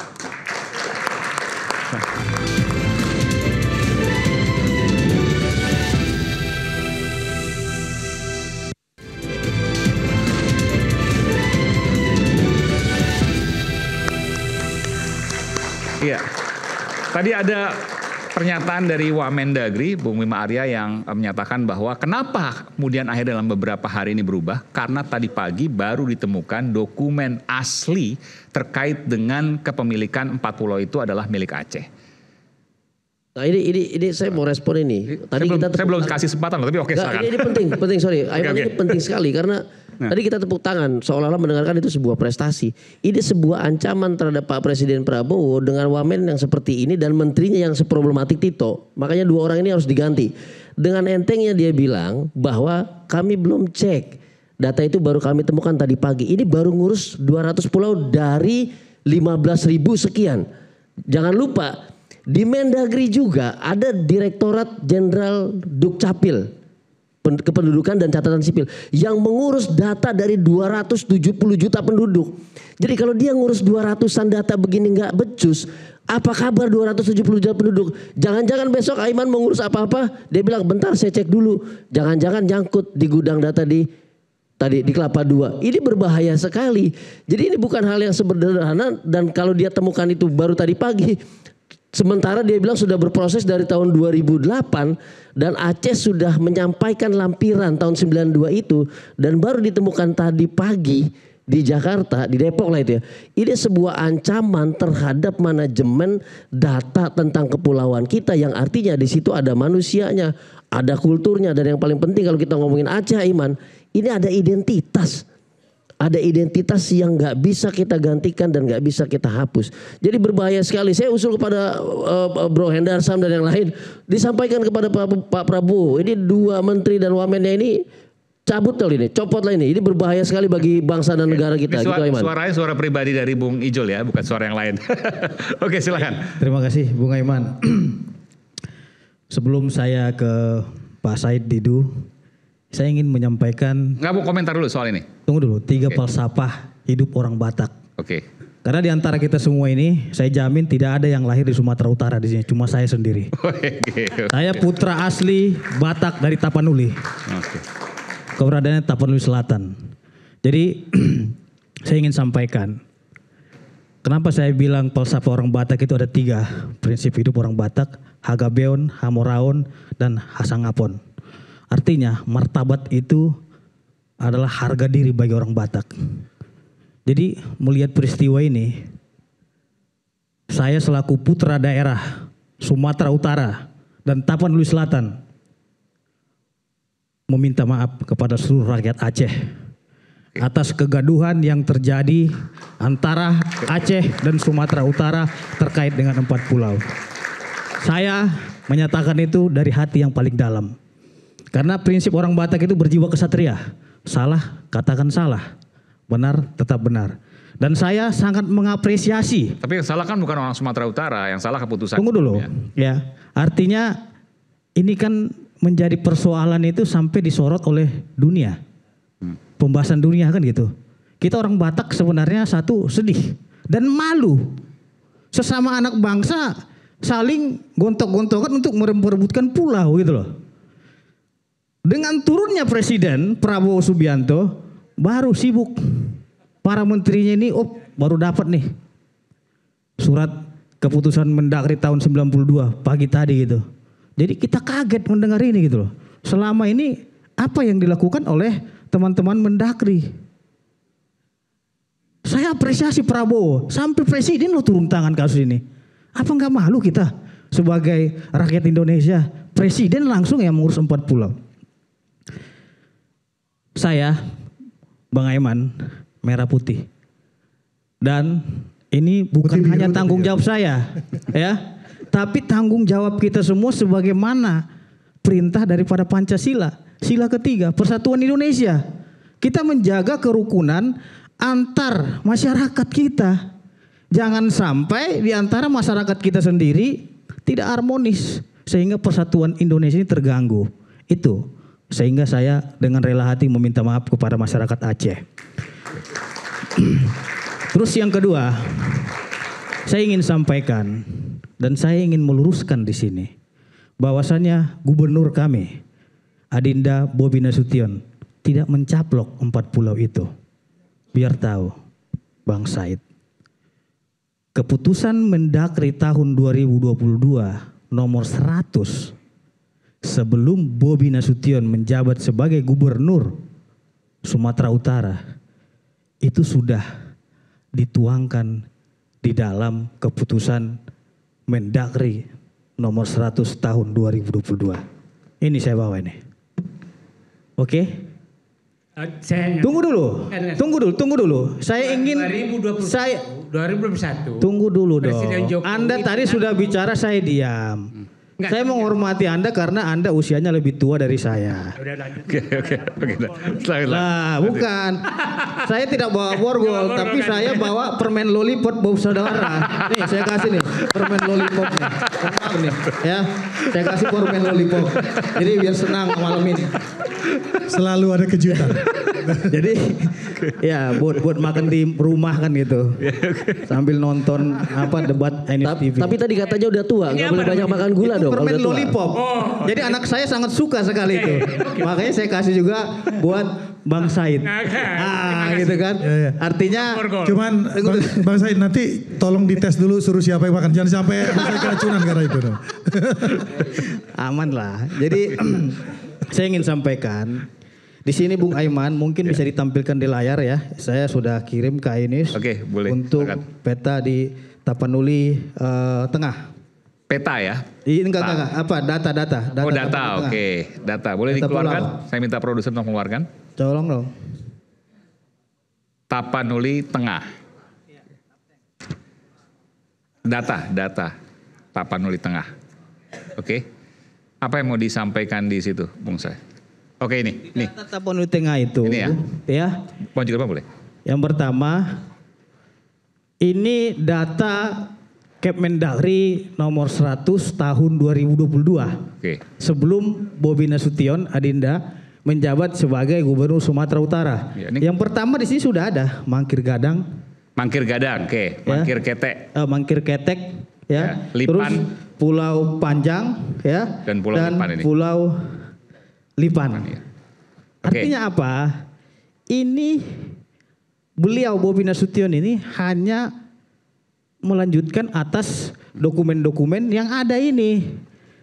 Gitu loh. Jadi bukan ujuk-ujuk Jokowi mencaplok. Dia kan baru menjabat baru 2025. Masih baru gitu loh. Tapi 2022 presidennya siapa? Iya. 2022 kita nggak bicara konteks presiden. Pertanyaan sederhana, Bung. Tunggu dulu. 2022. Tunggu dulu. Anda tadi bicara, saya diam. Inilah, makanya saya sangat seksi sekali gitu. Kalau pengacara mau orang yang nonton pasti jutaan viewernya gitu. Makanya tolong disimak dulu ya. Jadi terhadap ini, Bung Aiman, kita lihat juga data di Aceh Singkil. Terjadi di sini double data. Pulau Panjang juga ada di data untuk Kabupaten Aceh Singkil. Nih saya perlihatkan Bung Aiman, sudah saya tandai. Ya, di sini dulu itu Pulau Lipan itu namanya Pulau Malelo. Terus Pulau Mangkir Gadang ini dulu namanya Rangit Besar. Terus yang Mangkir Ketek itu Rangit Kecil. Pulau Panjang tetap Pulau Panjang namanya.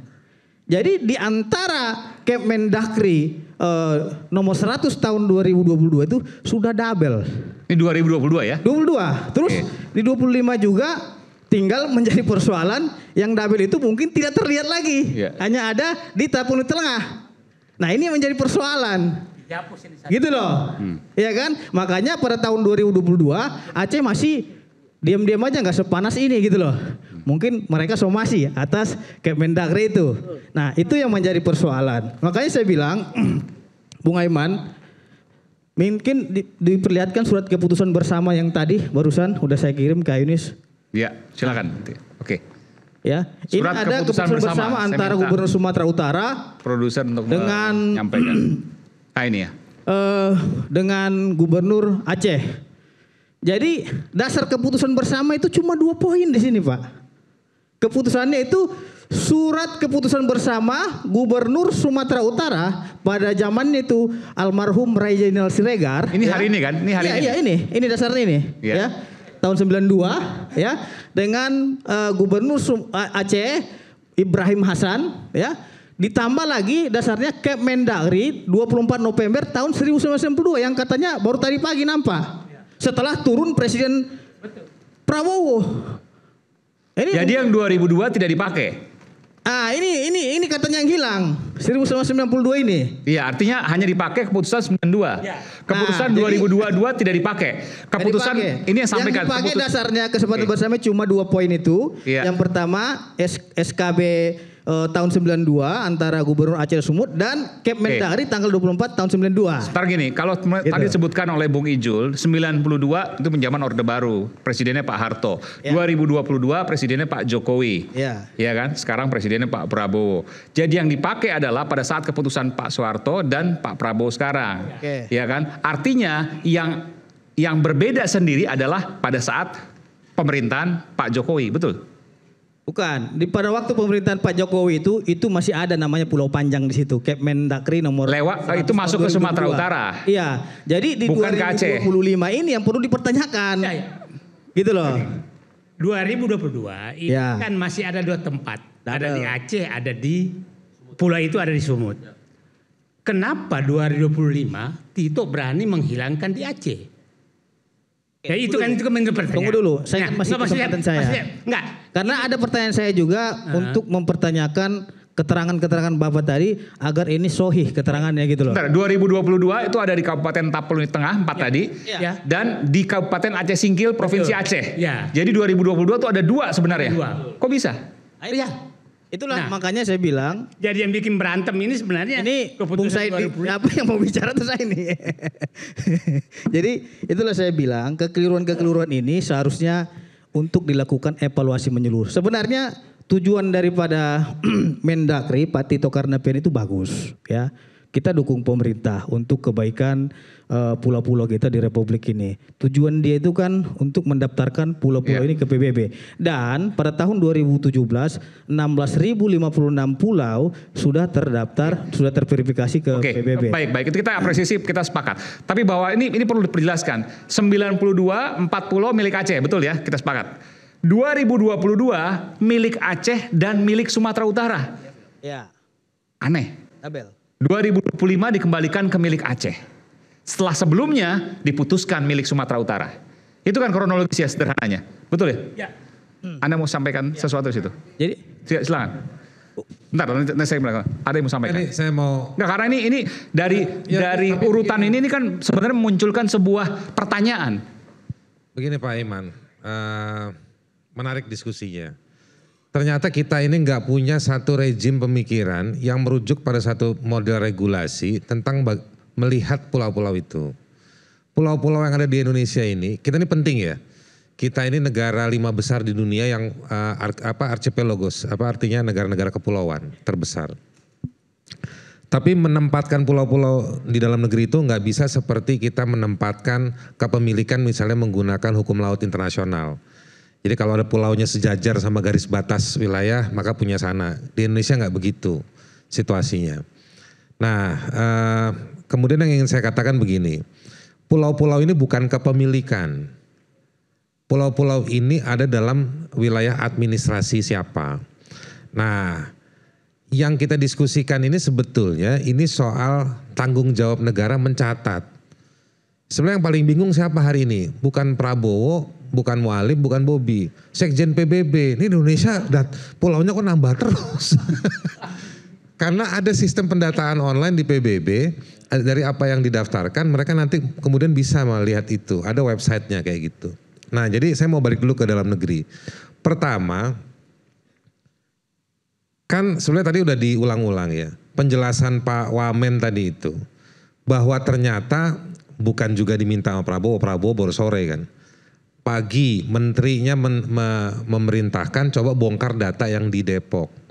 Pertanyaan saya penting. Lalu Bobi minggu lalu atau berapa hari lalu ke Aceh itu ketemu sama Mualim gubernur Aceh mau ngapain? Dasarnya apa? Pertanyaannya Ijol sejam yang lalu kan itu. Nah dia mungkin pakai SK yang tahun berapa Bang? 2022 ataupun dia pakai SK yang tahun 2025. Pertanyaan saya atau sekaligus saya pinjem omongannya Wamen, SK itu memuat 4.000 pulau, tidak hanya cuman 4. Kenapa menggunakan database yang besar, Bobi Nasution bisa cuing langsung berangkat ke Aceh? Telat pula katanya tadi, kata Mualim itu karena udah ada janji mau pergi ke Melaboh misalnya. Nah, ini ada hal apa? Kenapa seorang Bobi Nasution, gubernur Sumut, ya kan, bisa berangkat dan ternyata bisa dibantah semudah itu tadi pagi. Kok minggu lalu sudah berangkat? Di tengah-tengah ini ada latar belakang apa seorang gubernur Sumut berangkat ke Aceh? Mau didiskusikan. Itu yang menurut saya secara pribadi sebagai warga negara lihat di beberapa pemberitaan gak ketemu motifnya apa. Ya kan? Dan ternyata rujukannya rujukan yang menurut saya gak jelas patokannya. Sampai tadi sore saya ditolong sama teman-teman di kantor saya bahwa Kemendagri itu punya peraturan Menteri Dalam Negeri tentang penentuan batas wilayah. Oke. Lalu saya tanya aturan itu dimandatkan oleh siapa? Ternyata ada Perpres. Ada peraturan presiden yang memberikan tugas. Salah satunya adalah penentuan batas wilayah kepada Kemendagri. Tetapi barang-barang yang tadi disebutkan itu munculnya kan bukan semenjak pemerintahannya Prabowo. Jauh sebelum pemerintahan Prabowo juga sudah ada. Nah saya kasih pebanding. Ternyata di Kemendagri itu, jadi saya mau bilangnya Kemendagri itu adalah instrumen negara yang punya kekuatan, kewenangan, kekuasaan untuk menentukan batas wilayah. Nah, saya kasih pembanding dari omongannya Pak Said Didu tadi. Pak Said Didu tadi bicara soal investasi dan lain-lain. Saya punya pengetahuan, informasi, bahan yang kami sudah laporkan ke Menko Polkam sekarang ya. Bagaimana tapal batas di Sumatera Selatan itu digeser untuk ekspansi satu perusahaan tambang batu bara. Jadi ada orang punya wilayah di Musi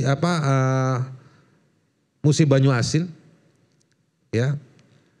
Terus dia punya izin kerja sudah puluhan tahun di tanah itu untuk berkebun bersama dengan banyak entitas usaha lain. Ada struktur usahanya di sana. Tiba-tiba ada orang gak bisa dia geser izinnya di satu kabupaten tersebut. Dia tembak izin dari kabupaten sebelah. Lalu kabupaten sebelahnya diminta geser batasnya masuk ke wilayah dia. Siapa yang bisa melakukan itu? Kemendagri. Masa Kementerian Tenaga Kerja? Gak mungkin. Apa yang Anda mau sampaikan? Saya mau bilang kewenangan itu ada di Kemendagri. Kewenangan politis. Kesannya teknis. Kalau dibaca di SK-nya geospasial. GIS ya tadi. Apa istilahnya itu kalau SK itu. Dan di situ Anda mengatakan bahwa ini teknis yang teknis itu adalah politis. Anda mengatakan bahwa ini dipesan oleh siapapun. Karena yang teknis itu dia bekerja dengan satu regulasi. Yang regulasi itu nyantol dengan penunjukan politik. Dan itu adalah bentuk partisipasi yang bisa dilakukan. Saya mungkin gak punya informasi tentang yang disampaikan oleh Pak Said Didu atau tadi yang dibantah gitu ya. Tapi saya mau menunjukkan dengan kasus yang lain itu bisa. Bisa dipesan maksudnya? Bisa berubah. Wilayah bisa berubah? Bisa berubah untuk kepentingan bisnis. Oke. Nah, itu terjadi, saya kasih contoh. Dan memang di beberapa di beberapa mekanisme hukum itu sedang terjadi sengketa-sengketa batas wilayah itu. Nah, ini yang dua hal yang ingin saya sampaikan, bahwa kewenangan itu secara politis atas nama teknis, tapi politis itu ada di Kemendagri, ya kan? Yang kedua secara kontekstual, kita ini rame bukan karena SK tahun 2022, Bang. Kita ini rame bukan karena SK tahun 2025. Kita ini rame karena Mualim ngambek sama si Bobi Nasution. Tiba-tiba datang ngajakin ngatur kelola itu pulau. Dan saya pun tahunya dari situ. Ini ada apa dua gubernur ketemu, terus ditinggal pergi lagi sama Mualim. Sebagai penutup singkat saya cuma mau bilang, orang Aceh ini lama sensitif soal wilayah dengan Indonesia. Dalam lukanya. Ya kan? Dan salah satu motif yang kita lupa, salah satu motif kenapa orang Aceh dulu sempat mau pisah dari Indonesia, karena rombongan Orde Baru yang sejarahnya lagi mau dikoreksi sama Fadlizon itu, Menteri Kebudayaan itu, dengan kekuatan militernya ngawal Exxon Mobil. Perusahaan minyak ngebor, terus keluar tuh minyak. Atas nama minyak banyak orang dihilangkan, banyak orang dibunuh. Saya pernah ketemu korban Timor Leste, saya pernah ketemu korban di Aceh. Saya tanya sama orang ke Timor Leste, ibu pernah ke Aceh? Saya pernah ke Aceh. Terus dia bilang apa? Yang di Timor Leste horor Pak Haris, tapi waktu saya ke Aceh lebih horor. Di satu rumah itu yang jadi korban banyak. Ini yang disebut, kalau di Papua disebut memori pasionis. Memori yang sudah, memori yang membentuk. Nah, di Indonesia saya pernah ngobrol sama aktivis dari Kosovo, dari Albania, dari Serbia. Mereka tanya, kamu dukung gak ini merdeka itu merdeka? Saya bilang di Indonesia kita ini yang merdeka ada Timor Leste. Yang gak merdeka ada kayak di Aceh. Yang belum jelas ada kayak Papua. Ya kan? Tapi balik ke soal Aceh. Hati-hati. Jangan mentang-mentang masih berkuasa, punya kewenangan, lupa sama problem historis dan gambaran sosiologis. Kita ini lama dulu ngerayu, ngejaga supaya Aceh tetap di Indonesia. Ya kan? Dan jangan ambil lagi haknya mereka. Itu penting. Ini soal SK ini penting lah. Gampang lah. Gak ada harganya ini dibandingkan nyawa, dibandingkan pengorbanan berdekade-dekade. Dulu waktu Aceh itu dipaksa menerima Exxon Mobil, puluhan ribu orang jadi korban. Ya kan? Berat itu. Dan itu sekarang ada putusannya di Amerika. Ada kalau nggak salah ada 11 korban itu sudah gugat dan mereka menang. Oke. Nah, karena Exxon Mobil itu perusahaan Amerika, digugat oleh keluarga korban di Amerika dan menang mereka. Jadi jangan mentang-mentang lagi berkuasa ya gitu ya.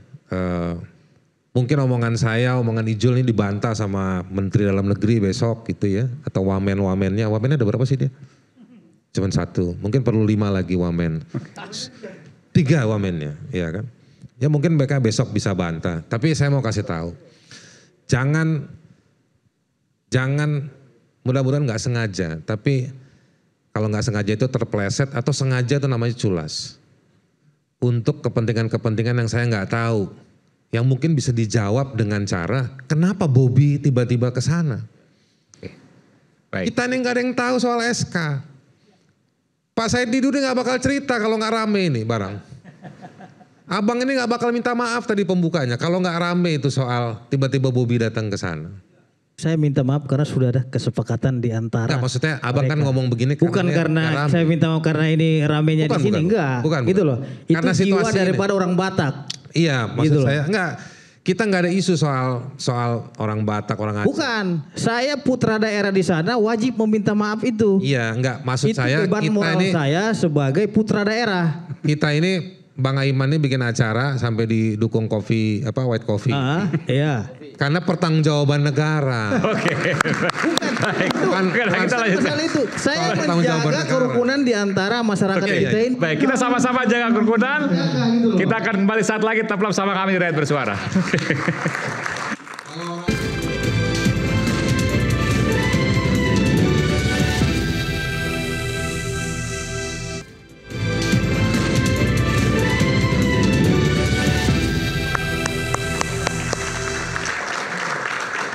Dari tadi yang belum saya kasih kesempatan adalah Bung Hendarsam.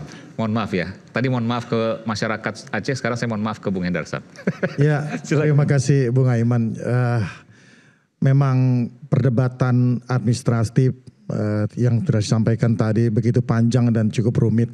Saya ingin mempersimpelnya begini ya, bahwa kita harus sepakat dulu terkait dengan masalah hukum administrasi negara, tentang masalah Kepmendagri dan lain sebagainya. Kita sepakat bahwa yang paling tinggi itu adalah Undang-Undang Dasar 1945. Itu yang paling tinggi. Dan pasal 4 ayat 1 sudah menjelaskan bahwa presiden adalah pemegang kekuasaan pemerintahan yang tertinggi. Oleh karena itu, ya, presiden meng-take over masalah ini. Secara implisit dalam Undang-Undang Dasar menyatakan bahwa presiden mempunyai kewenangan untuk menjaga keutuhan bangsa dan negara. Dan oleh karena itu bukan pemerintah yang hadir. Presiden hadir dalam permasalahan ini untuk menyelesaikan secara sesingkat-singkatnya dan secara sesimpel-simpelnya. Jadi kita singkirkan dulu masalah itu. Masalah perdebatan tentang masalah bukti dan lain sebagainya itu selesai dengan ketika Undang-Undang Dasar sudah menyatakan bahwa presiden mempunyai hak untuk menentukan dan untuk supaya tidak ada lagi perpecahan, polarisasi yang sudah selama ini terjadi. Bahwa presiden secara holistik, Pak Prabowo melihatnya bahwa amanat daripada perjanjian Helsinki itu bukan didapatkan itu secara instan. Bertahun-tahun perjuangannya dari zaman Ibu Mega sampai dituntaskan oleh zaman Pak SBY dan Pak Yusuf Kalla. Ini tidak boleh, ya kan? Tidak boleh. Masalah ini sangat sensitif sekali. Dan oleh karena itu, ya, terlepas dari masalah adu bukti, masalah administratif dan lain sebagainya. Saya praktisi hukum 25 tahun, ya kan. Jadi ini tinggal masalah sudut pandang saja. Mana bukti yang mau diambil, mana yang tidak, seperti itu. Kalau dari sisi hukum keperdataan dan hukum administrasi negara, administrasi, ya kan. Kalau merujuk ke sini benar, merujuk yang ke sini bisa juga benar seperti itu. Tapi ada hal yang lebih penting daripada itu. Persatuan. Ya kan, jangan sampai ada lagi perpecahan lagi, ya kan. Ini aman, ini tugas daripada seorang kepala negara, tugas dari seorang Pak Prabowo untuk mengambil langkah yang paling simpel, paling taktis. Ini tipe beliau, pendekatan material, ya, untuk menuntaskan masalah ini sebesar-besarnya. Kalau saya lihat eskalasinya, saya orang hukum, tapi saya juga ini belajar tentang masalah propaganda. Saya orang politik juga, belajar tentang masalah itu. Bagaimana eskalasi itu dimainkan di media-media sosial. Ya, kita harus peka terhadap itu. Bagaimana kutipan-kutipan video, kutipan-kutipan dokumentasi lama, ya, tentang bagaimana dulu berdarah-darahnya Aceh dengan Republik kita. Ini diungkit kembali seolah-olah ini kejadian yang baru terjadi kemarin-kemarin ini. Ini berbahaya. Sangat berbahaya. Oleh karena itu beliau harus menuntaskan ini, harus ini case close. Karena kalau tidak itu orang-orang yang ingin menunggangi masalah itu. Itu yang pertama. Yang kedua, kalau kita lihat, saya rasa Bung Fitra juga sepakat ya bahwa sebagian besar masyarakat Sumatera Utara juga mungkin resonansinya sama dengan masyarakat Aceh, ya. Jadi bahwa sepakat dan tidak mempermasalahkan tentang masalah 4 pulau ini. Ini kalau kita lihat secara umum tidak ada masalah sama sekali tentang masalah itu. Nah, jadi dari sisi aspek sosial pun dilihat Belum lagi aspek historisnya. Pak Prabowo juga adalah orang yang tidak ahistoris. Beliau juga melihat hal tersebut. Dan oleh karena itu, ya kan, bisa diperbandingkan antara aspek administratif juga dilihat dan juga aspek historis, sosiologis, bagaimana masyarakat di 4 pulau tersebut ternyata berKTP Aceh, itu kan harus dilihat juga. Nah, yang tinggal harus didobrakkan tentang masalah aspek administratifnya tadi yang menjadi masalah. Dan oleh karena itu mendapat novum atau clue-nya bagaimana ini bisa selesai. Jadi kan 2 paket ini harus selesai juga.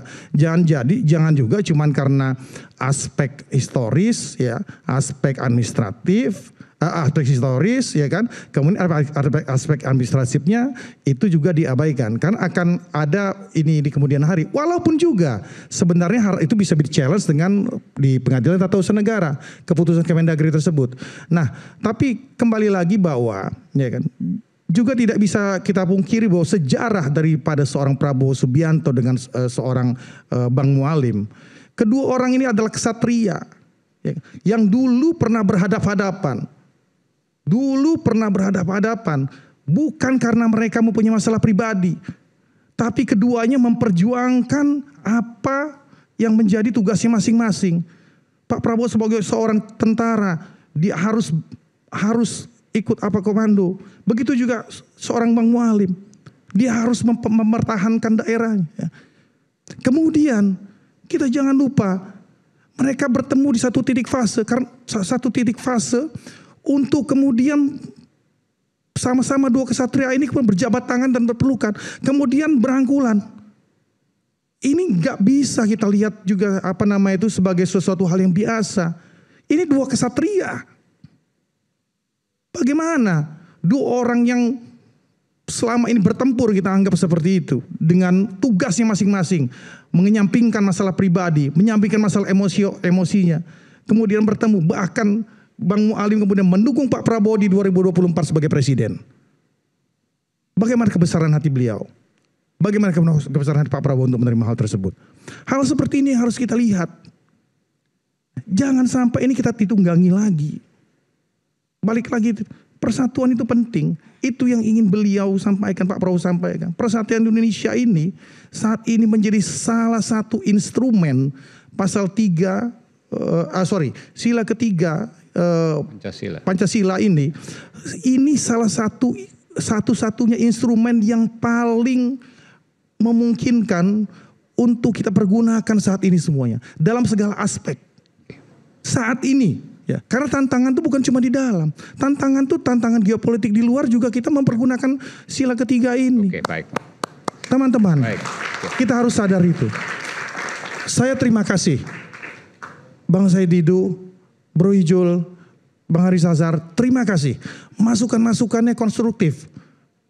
Jadi jangan kira ya bahwa Pak Prabowo dengan politik merangkulnya itu ingin supaya semua ini seolah-olah politik kompromi. Tidak seperti itu.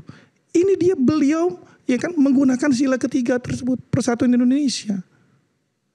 Merangkul itu tidak harus masuk ke dalam, sebagaimana mungkin nanti teman-teman di PDI Perjuangan contohnya, belum tentu dia masuk kekuasaan. Tapi kita mempunyai semangat yang sama untuk bersatu. Tantangan kita besar di luar, jangan proksi asing itu masuk.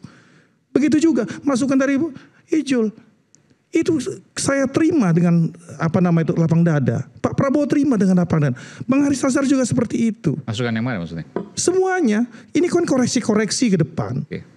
Beliau tidak punya kepentingan apa-apa lagi terhadap ini. Kecuali ingin memberikan legacy. Okay. Dan bagaimana 100 tahun Indonesia merdeka di 2045 Indonesia emas benar-benar tercapai. Bahwa kita menjadi salah satu matahari di belahan bumi ini, matahari baru di belahan bumi ini, sehingga akhirnya kita bisa sama dan sejajar dengan bangsa-bangsa besar yang lain. Terima kasih. Wassalamualaikum warahmatullahi wabarakatuh. Bung Said itu ada komentar soal apa?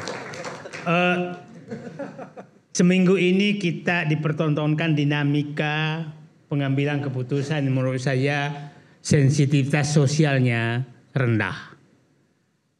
Mulai Raja Ampat, sekarang Sumatera Utara. Untung kita punya presiden cepat mengambil keputusan. Karena kalau dibiarkan itu membuat gejolak yang bisa memecah belah bangsa. Jadi saya menitip kepada pejabat publik, saya 34 tahun di dalam. Jadi bukan hanya yang tertulis, tapi kita harus punya mata dan telinga mengetahui sensitivitas apa yang terjadi kalau keputusan ini diambil. Dan kita harus berpendapat bahwa kita bukan orang berkuasa. Nah, yang problem sekarang merasa bisa melakukan apa saja karena dia merasa berkuasa. Nah, kebayang nggak seminggu loh 2 kali presiden turun menyelesaikan yang sensitivitasnya paling tinggi. Raja Ampat. Raja Ampat sama Bang, saya potong sedikit ya. Nah. Ini politik saya bergerak, Bang. Kenapa 2 hal ini, ya kan? Kedua isu ini berurutan. Ini dari sisi intelijen, ya kan? Dan dari sisi politis ini besar sekali, Bang. Karena kedua hal, Raja Ampat ini Papua, Bang. Iya, ya. Aceh. Ya kan, Aceh, 4 pulau itu Aceh. 2 hal ini PR terbesar integrasi bangsa kita, Bang. Ya. Jadi kita harus sadar ini semua. Ini tidak serta-merta alamiah. Nah, itu yang penting. Ya, ya. Kita harus sadar itu. Tidak alamiah, tapi sayangnya dilakukan oleh menterinya Prabowo. Iya. Bukan Said Didu yang luar. Nah, itu yang menurut saya perhatian besar kepada Prabowo. Bahwa ini ada yang tidak sensitif terhadap persatuan Indonesia di menterinya dia. Ya kan? Bukan kalau dilakukan oleh yang lain, masih ini saya. Nah, di waktu yang sama Presiden Prabowo menyatakan menteri saya baik-baik saja, tidak ada revisi, tidak ada reshuffle. Sementara 2 menterinya hampir memecah belah bangsa, kalau Prabowo tidak turun, gitu loh Pak. Nah itu menurut saya, ini kami dari luar kok kayak begini. Raja Ampat terkait dengan sumber daya mineral. Ya. Sementara 4 pulau terkait dengan dan bersamaan hampir bersamaan terjadinya. Tapi di hampir yang sama Presiden Prabowo menyatakan timku kerjanya baik. Baiknya di mana? Itu yang bikin pertanyaan saya dari orang luar, kok baiknya yang mana gitu loh. Nah, maksud saya ini sudah sangat sensitif loh. Yang 2 hal ini terjadi. Sangat sensitif. Sangat tadi pernyataan Mendagri menyatakan baru ketemu dokumen. Saya bekas sekjen, dokumen itu nggak begitu dan tidak perlu tahu dokumen. Sensitivitas politik kita paham. Kalau ini dihilangkan di Aceh pasti akan terjadi. Pasti lo mikir dong perjanjian Helsinki seperti apa? Ya kan, sejarah Aceh seperti apa? Masa itu terlupakan gitu kan? Nah, mudah-mudahan ini betul-betul hanya kealpaan, bukan untuk mengganggu stabilitas politik yang sedang baik. Oke. Kita kembali saat lagi, tetaplah bersama kami Rakyat Bersuara.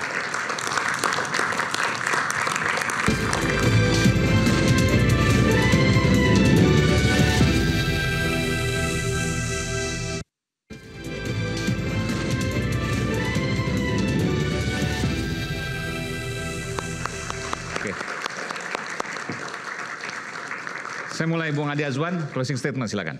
Terima kasih Bang Aiman. Pertama-tama saya ingin mengucapkan terima kasih banyak kepada Pak Prabowo Subianto, Presiden kita yang luar biasa. Raja Ampat Aceh selesai dalam sekejap.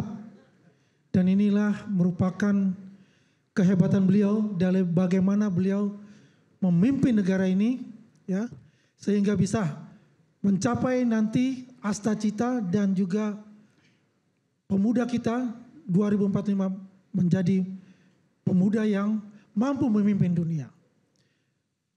Kedua, selamat kepada saudara-saudara kita dari Provinsi Nangro Aceh Darussalam. Telah kembali 4 pulau itu diakui oleh negara adalah milik dari Provinsi Nangro Aceh Darussalam. Ini adalah pembelajaran terbaik buat kita. Bahwasanya persatuan Indonesia diutamakan dan semua ego-ego itu diturunkan. Sehingga apa yang dikatakan saudara kita dari Bang Hendarsam itu, kita ini adalah bingkai NKRI. Jangan kita ini nanti adu domba dengan proksi-proksi baik dari dalam negeri maupun langsung dari luar negeri. Itulah kekuatan dari persatuan Indonesia. Ketiga, mohon kepada pembenci-pembenci Jokowi, jangan ini di framing, ya, jangan ini di framing bahwa Jokowi kalah atau Bobi Nasution kalah. Tidak ada itu, ya, jangan ada narasi-narasi seperti itu, ya. Ini semua adalah diorkestrasi oleh Presiden kita, Presiden Republik Indonesia, sehingga semua persoalan-persoalan yang ada di negara kita dapat diselesaikan dengan baik oleh beliau dan juga menteri-menteri beliau. Hanya satu, ketika beliau berjalan atau dengan kecepatan, berlari dengan kecepatan 100 km per jam, kami berharap para menteri, pembantu-pembantu beliau bisa mengimbangi beliau untuk berlari dengan 100 km per jam. Jangan sampai tertinggal sehingga permasalahan-permasalahan ini tidak akan terjadi lagi di kemudian hari. Terima kasih. Wabillahi taufiq wal hidayah. Wassalamualaikum warahmatullahi wabarakatuh. Waalaikumsalam warahmatullahi wabarakatuh. Bung Haris, silakan. Kalau saya bukan mau ucapkan selamat, tapi kesian juga Prabowo. Dalam berapa hari dari Aceh langsung ke Papua dia, ya kan. Nah, tapi begini, ternyata ini penting ya, saya mau, kalau yang muji-muji pasti banyak lah. Tapi kita mesti kasih catatan kritikalnya begini. Ternyata punya 100 menteri itu bukan memudahkan, ibaratnya tidur, gak membuat tidur nyenyak Prabowo. Bahkan 100 menteri dengan begitu banyak wamen juga ternyata, bayangkan tadi tuh ada temuan menarik di acara ini. Baru tadi pagi ternyata dicari sumber verifikasi. Kalau dalam hukum pertanahan itu bundel tanah itu udah ada di BPN pasti. Nah, jadi sekali lagi ini pertanyaan penting kita ya, bahwa sekali lagi ini ada partisipasi warga dalam konteks rame belakangan ini. Jadi jangan pernah meremehkan partisipasi warga untuk mendesak negara. Dan ternyata Kementerian Dalam Negeri yang begitu banyak duitnya triliunan, ternyata ketahuan ada banyak hal yang bukan tidak sempurna, tidak bisa. Ini kan baru ngecek 4 pulau, belum. Kalau bayangkan kalau misalnya ada pulau-pulau lain di kabupaten dan juga di provinsi. Jadi menurut saya gak usah sombong pemerintah, apalagi ini pemerintahan baru. Akui saja apa yang salah di masa lalu, apa yang harus diperbaiki. Nah sekarang ini momennya untuk mengoreksi, gitu. Jadi dan ini lazim kok di setiap pemerintahan baru, setahun pertama itu adalah ruang untuk menata ulang cara berpikir atau menyusun ulang metodologi pemerintahannya. Nah ini yang menurut saya penting, dan ini adalah negara kepulauan. Maka gak usah sombong-sombong Kementerian Dalam Negeri, komunikasi juga, ada dirjen pulau-pulau kecil di Kementerian KKP, lalu pasti komunikasi juga dengan TNI, Polri, dan katanya sudah banyak belanja soal IT, mana hasilnya, ini kan menjadi pertanyaan-pertanyaan kita. Repot kalau setiap 4 pulau, 1 minggu ribut satu provinsi, kita ada 38 pulau, berarti kira-kira butuh 38 minggu. Jadi tolong negara yang sudah pemerintahan yang besar ini efektif dan harus kerja dengan baik secara jujur. Kira-kira baik. Silakan Bung Pitra. Ya, terima kasih Bung Aiman. Yang pertama saya ingin sampaikan bahwasannya rakyat Sumatera Utara itu sangat menghargai Aceh. Karena Aceh ini merupakan serambi Mekahnya Indonesia. Karena di sana itu agamanya sangat taat sekali. Maghrib saja Bung Aiman, itu kedai-kedai, toko-toko dan lain itu ditutup untuk sholat maghrib dan baca Al-Quran. Saya kira tanah Rencong ini bukan hanya milik Aceh, tapi milik kita semua untuk mempertahankan. Seperti kata Bung Karno, jas merah. Jangan sekali-sekali melupakan sejarah. Perjuanganku lebih gampang menghadapi penjajah. Perjuanganmu lebih berat menghadapi bangsamu sendiri. Baik. Jadi saya ingin sampaikan, ini hati-hati nih buat kita semua, siapapun itu. Jangan pernah memantik problem ini menjadi trigger terulangnya kembali konflik tahun 2000-an. Ini yang kita jaga bersama.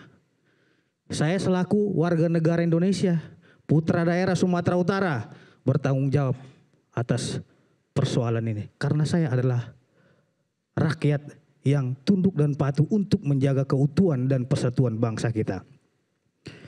Terus Bung Aiman, antara masyarakat Tapanuli Tengah dengan Kabupaten Aceh Singkil itu baik-baik aja, harmonis gitu loh. Bahkan kita, masyarakat kita, nelayan kita di sana mencari ikan itu diperbolehkan, nggak ada batasan, nggak ada larangan juga gitu loh. Terus satu lagi saya sampaikan kepada Bung Said, abang tahu nggak status pulau itu TBP? Tahu nggak statusnya TBP? TBP itu artinya tahu nggak bang? Nah, TBP itu tidak berpenghuni. Jadi kedaulatan Aceh itu untuk wilayah administratifnya sudah ada di sana. Gapura dari Aceh juga sudah ada di sana. Dan sesuai dengan undang-undang agraria ya, bahwasannya masyarakat adat di sana juga ya sudah mengelola itu. Gitu loh. Ada dibuat tempat persinggahan kan gitu. Ada dibuat untuk kebutuhan nelayan. Jadi saya kira kewajiban mempersatukan daerah adalah kewajiban kita semua. Jika ada teman-teman di sini yang ingin memisahkan Aceh dari Negara Kesatuan Republik Indonesia, dipertanyakan kebangsaannya, dipertanyakan NKRI-nya, dipertanyakan jiwa patriotnya. Jadi saya kira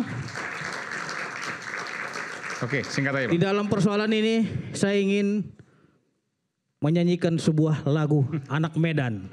Ya, karena ini Anak Medan ini setia kawan gitu loh. Karena ini kita juga tetangga nih sama Aceh. Nah, lagunya begini. Nah, jadi lagunya begini. Anak Medan, anak Medan, anak Medan doau kawan, susah didongatku, soboy tarberengau. Titik darah penghabisan, air rela doau kawan, hancur demi kawan, doau kawan. Gitu Bung Said itu. Artinya bahwasanya anak Medan itu, orang Batak itu hancur demi kawan, itulah jiwa daripada persatuan, keutuhan dan kedaulatan tetap kita jaga bersama. Jiwa. Terima kasih. Silakan Bung Ijul, 2 menit aja. Pertama tentu kita apresiasi sikap tegas Pak Prabowo Subianto Presiden. Ini sesuai dengan karakter tindakan senyap dan cepat kilat dari Korps Baret Merah, itu perlu diapresiasi. Itu satu. Yang kedua yang perlu kita sadari adalah tadi Bro Hendarman cerita situasi Papua kemarin. Sekarang situasi Aceh ini dari ujung timur ke ujung barat begitu ya. Yang sensitif dua-duanya. Yang sangat sensitif, dan sebetulnya di beberapa kalangan tertentu, saya juga ada di situ, sudah dalam satu posisi bersikap bahwa ini apa yang disampaikan Tan Malaka. Seorang tuan rumah tidak akan pernah berkompromi dengan maling yang menjarah rumahnya. Modenya mode tempur ini. Jadi saya pikir Pak Prabowo pasti punya sinyal-sinyal seperti itu, langsung dia tackle, dia selesaikan. Tapi jangan pernah meremehkan situasi ini, karena 2 titik itu akan sangat mudah dipantik ke arah tempur tadi. Itu yang pertama. Yang kedua adalah tadi ada beberapa pernyataan soal koreksi. Koreksi ini tidak hanya sekedar koreksi administrasi. 100 menteri terlalu banyak. Tapi kita perlu identifikasi nih, menteri-menteri mana yang betul-betul berkontribusi untuk beberapa hal yang penting. Integrasi politik, integrasi program, pembangunan, kesatuan dan persatuan, peningkatan SDM. Tapi kita menengarai, ini ada beberapa menteri misalnya. Kemarin Papua siapa yang ribut? 1 menteri namanya Bahlil gitu ya. Wah rame, dia terseret. Ya, saat ini di Aceh Sumatera Utara terseret lagi menteri yang namanya Tito. Kita tahu identitas politik keduanya ini mengarah pada Pak Jokowi. Itulah kenapa kemudian terseretlah nama Bobi Nasution, karena dia adalah menantu Jokowi. Nah, hal-hal seperti ini perlu diperjelas. perlu diperjelas kenapa yang selalu ribut, yang selalu bikin kisruh ini adalah dari sisi ini. Kita nggak bisa pungkiri karena itu warisan dari menteri di zaman Presiden Joko Widodo. Nah, sikap tegas Pak Prabowo terhadap menteri-menteri yang seperti ini, menteri-menteri yang mengganggu ini ditunggu oleh masyarakat. Karena membuat gaduh masyarakat. Tidak sekonyong-konyong mesti reshuffle. Reshuffle itu sebuah dinamika politik yang damage-nya luar biasa. Semua orang tahu itu. Bisa jadi misalnya melakukan pengawasan yang ketat, monitoring yang ketat dari setiap agenda-agenda yang dilakukan oleh Menteri Dalam Negeri Tito Karnavian, Wakil Menteri Dalam Negeri Bima Arya, termasuk Gubernur Sumut Bobi Nasution. Ini penting supaya tidak terjadi hal-hal seperti ini lagi yang tidak dia sadari bahwa pulau itu bukan sekedar batas, bukan sekedar 1 kilometer, 1,5 kilometer dari pulau mana, tapi soal identitas NKRI dan itu yang penting. Nah, terakhir, Bung Aiman, ini terakhir ya, saya juga bilang begini. Ini terjadi bukan hanya di Aceh dan Papua. Mentawai terjadi juga, pulau-pulau lain yang terjadi juga.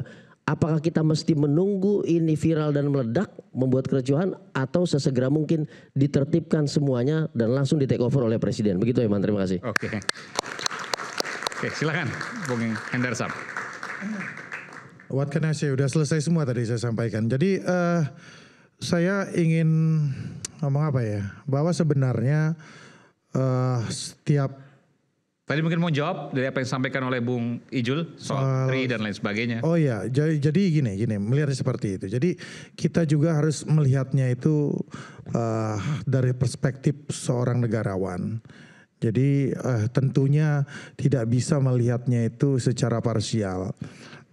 Presiden Prabowo ini bukan hanya seorang tokoh yang menguasai politik dalam negeri saja. Tapi beliau adalah paket lengkap yang menguasai bagaimana dinamika politik-politik di luar negeri juga. Ini saya ada beberapa negara dan itu persis sama seperti yang beliau pikirkan. Jadi beliau paham sekali situasi di dalam negeri itu bagaimana, situasi di luar negeri itu bagaimana, sejarah bangsa kita ini bagaimana, sejarah bangsa-bangsa di luar bagaimana. Karena kunci satu, sejarah itu akan terus berulang. Dan oleh karena itu, ya kan, masukan dan dorongan teman-teman tersebut itu tentunya kita kembali lagi kepada tahta tertinggi daripada perundang-undangan kita, bahwa hak prerogatif itu ada di tangan beliau. Beliau yang mempunyai kebijakan. Apa arti dari kebijakan itu? Ya kan, itu adalah bijak. Ya kan? Frasa bijak itu adalah mencakup seluruh hal, ya kan, tidak parsial, ya, like or dislike. Tapi banyak sekali yang akan menjadi pertimbangan. Kita kembalikan kepada beliau. Hanya beliau yang mempunyai hak dan hanya beliau yang tahu kapan dan itu akan dilakukan reshuffle. Suatu reshuffle itu merupakan suatu keniscayaan apabila kita melihat dari beberapa periode rezim sebelumnya. Jadi kawan-kawan tidak perlu khawatir bahwa nahkoda dan kapal besar ini dikomandoi oleh seorang yang tahu persis permasalahan bangsa ini dan permasalahan geopolitik luar negeri. Dan oleh karena itu, insya Allah bahwa apa yang benar-benar kita inginkan. Dan saya terus terang nih, kita menjalin komunikasi dengan teman-teman yang kritis terhadap pemerintahan selama ini, baik itu di rezim Pak Jokowi sampai dengan sekarang. Dengan Bang Haris Nazar kita udah tektokan, mungkin juga dengan Ijul nanti, dengan teman-teman yang lain kita selalu komunikasi dan insya Allah kita akomodir. Dan contoh hal yang paling konkret yang beliau lakukan pada saat ini, pada saat masalah pemberantasan korupsi ya agak sedikit melenceng. Bagaimana beliau merekrut teman-teman mantan penyidik KPK, penyidik dan penyelidik KPK yang dipecat pada saat di zaman Pak Firly, ya, yang tidak lolos tes wawasan kebangsaan pada saat itu, ya, itu yang menjadi kontroversi dan mungkin sebagian besar masyarakat mengetahui bahwa mereka ini adalah orang-orang yang berintegritas. ya, sebagian besar seperti itu. Ini sekarang direkrut oleh beliau, kemudian ditempatkan di beberapa bagian, ya, dan bagian-bagian yang sifatnya sangat strategik dan sentral. Nah, satu di Badan Penyelenggaraan Haji. Sini kita sama-sama tahu kalau kita merujuk ke belakang. Lebih dipersingkat lagi. Ya, ini merupakan suatu tempat yang sangat-sangat rentan terhadap korupsi, ya. Begitu juga ditempatkan Novel Baswedan, ya. Ini notabene sepupunya Anies Baswedan loh, ya kan? Beliau singkirkan tuh masalah-masalah persaingan antar masalah lalu, ya kan? Nggak ngelihat itu sepupunya Anies Baswedan, nggak lihat, tapi dia lihat integritasnya. Beliau masukkan itu ditaruh di wakil Satgasus di Badan Penerimaan Negara dengan beberapa yang lain. Ini bentuk keseriusan beliau untuk menutup kebocoran ini. Baca Paradoks Indonesia. Tidak berubah dari situ. 30% kebocoran negara itu ditutup dengan cara-cara seperti ini. Sekian, terima kasih. Terakhir, Bung Said, silakan. Saya menyatakan Pak Prabowo punya pengetahuan cukup, punya pengalaman lebih, mengetahui bagaimana memperbaiki bangsa ini. Tinggal dibutuhkan sikap. Dan saya menyatakan 2 kali peristiwa presiden ini sikapnya adalah berani melakukan cut off terhadap kebijakan yang salah tanpa menyinggung yang lain. Pak Harto mengambil dari Bung Karno langsung cut off seluruh kebijakan Bung Karno. Pak Habibie yang 30 tahun dibina oleh Pak Harto langsung meng-cut off dalam waktu 1 kali 24 jam termasuk memecat Prabowo. Ya kan? Nah, maksudnya tidak usah takut meng-cut off sesuatu yang memang itu demi keselamatan bangsa. Jangan pakeu, biasa saja. Nah, yang kedua, Pak Prabowo sudah ini jangan selalu seakan-akan pemecah belah bangsa itu ada di luar. Faktanya 2 menterinya hampir memecah belah bangsa. Jadi sekali seakan-akan tuduhan itu yang di luar ini memecah. Siapa tahu kami ini lebih mempersatukan dibanding dengan orang-orang yang punya kepentingan kekuasaan. Orang luar nggak ada punya kepentingan kekuasaan. Kepentingannya adalah bagaimana Pak Prabowo sukses memperbaiki bangsa. Kan kira-kira begitu. Nah, jadi kalau saya ingin menitip sebenarnya tidak banyak tuntutan rakyat kepada Prabowo. Satu, dan itu ada di buku Paradoks semua. Bukunya itu saya hafal betul. 1, berantas korupsi, tangkap koruptor. Apa nggak sakit kita tadi melihat koruptor tangkap tangan 11,8 triliun? Itu sakit loh. Nah, terus koruptornya yang dituduh masih ada di sekitar presiden, ya kan? Nah, terus yang kedua, tolonglah aset-aset negara yang dirampok selama ini kembalikan, gitu loh. Tambang, sawit mulai kembali. Saya salut itu. Nah, lakukan itu semua. Ya, gelora Bung Karno siapa yang ngambil itu kembalikan semua itu. Itu ya, jadi sederhana. Nah, yang ketiga, beranilah menghentikan peredaran uang legal, judi online lah, penyelundupan lah, narkoba lah. Jadi sederhana, tidak menyatakan hukumlah orang-orang, bukan. Nah, itu yang membuat sebenarnya tuntutan mereka hanya seperti itu. Kalau Pak Prabowo melakukan itu, maka saya yakin orang akan berada di balik Pak Prabowo. Nggak usah takut. Orang yang di luar ini selama pengkritik, itu saya yakin pengkritik Prabowo siapa tahu mereka tuh pendukung 24 karat Prabowo. Karena mereka tidak mau mencari jabatan. Yang penting Pak Prabowo kau sukses memperbaiki negeri ini. Jangan selalu. Nah, kalau kita terkait dengan pada saat kita mengkritik Pak Harto, bukan berarti membenci Pak Harto, kebijakannya Pak Harto yang salah. Pada saat saya mengkritik kebijakan Jokowi, ya memang kalau ada yang diperbaiki, kenapa diperbaiki? Biasa-biasa saja gitu loh. Nanti Pak Prabowo selesai juga akan dikritik juga. Itu normal saja. Itu saya pikir. Terima kasih. Assalamualaikum warahmatullahi wabarakatuh. Baik, terima kasih para narasumber yang istimewa. Indonesia punya lebih dari 17.000 pulau, negara yang kaya sumber daya. Sengketa 4 pulau kaya migas harusnya tak perlu terjadi, apalagi sampai disintegrasi. Karena NKRI kita sepakati bersama adalah harga mati. Saya Aiman Wicaksono, sampai jumpa di Rakyat Bersuara berikutnya. Salam. Bagi Bang.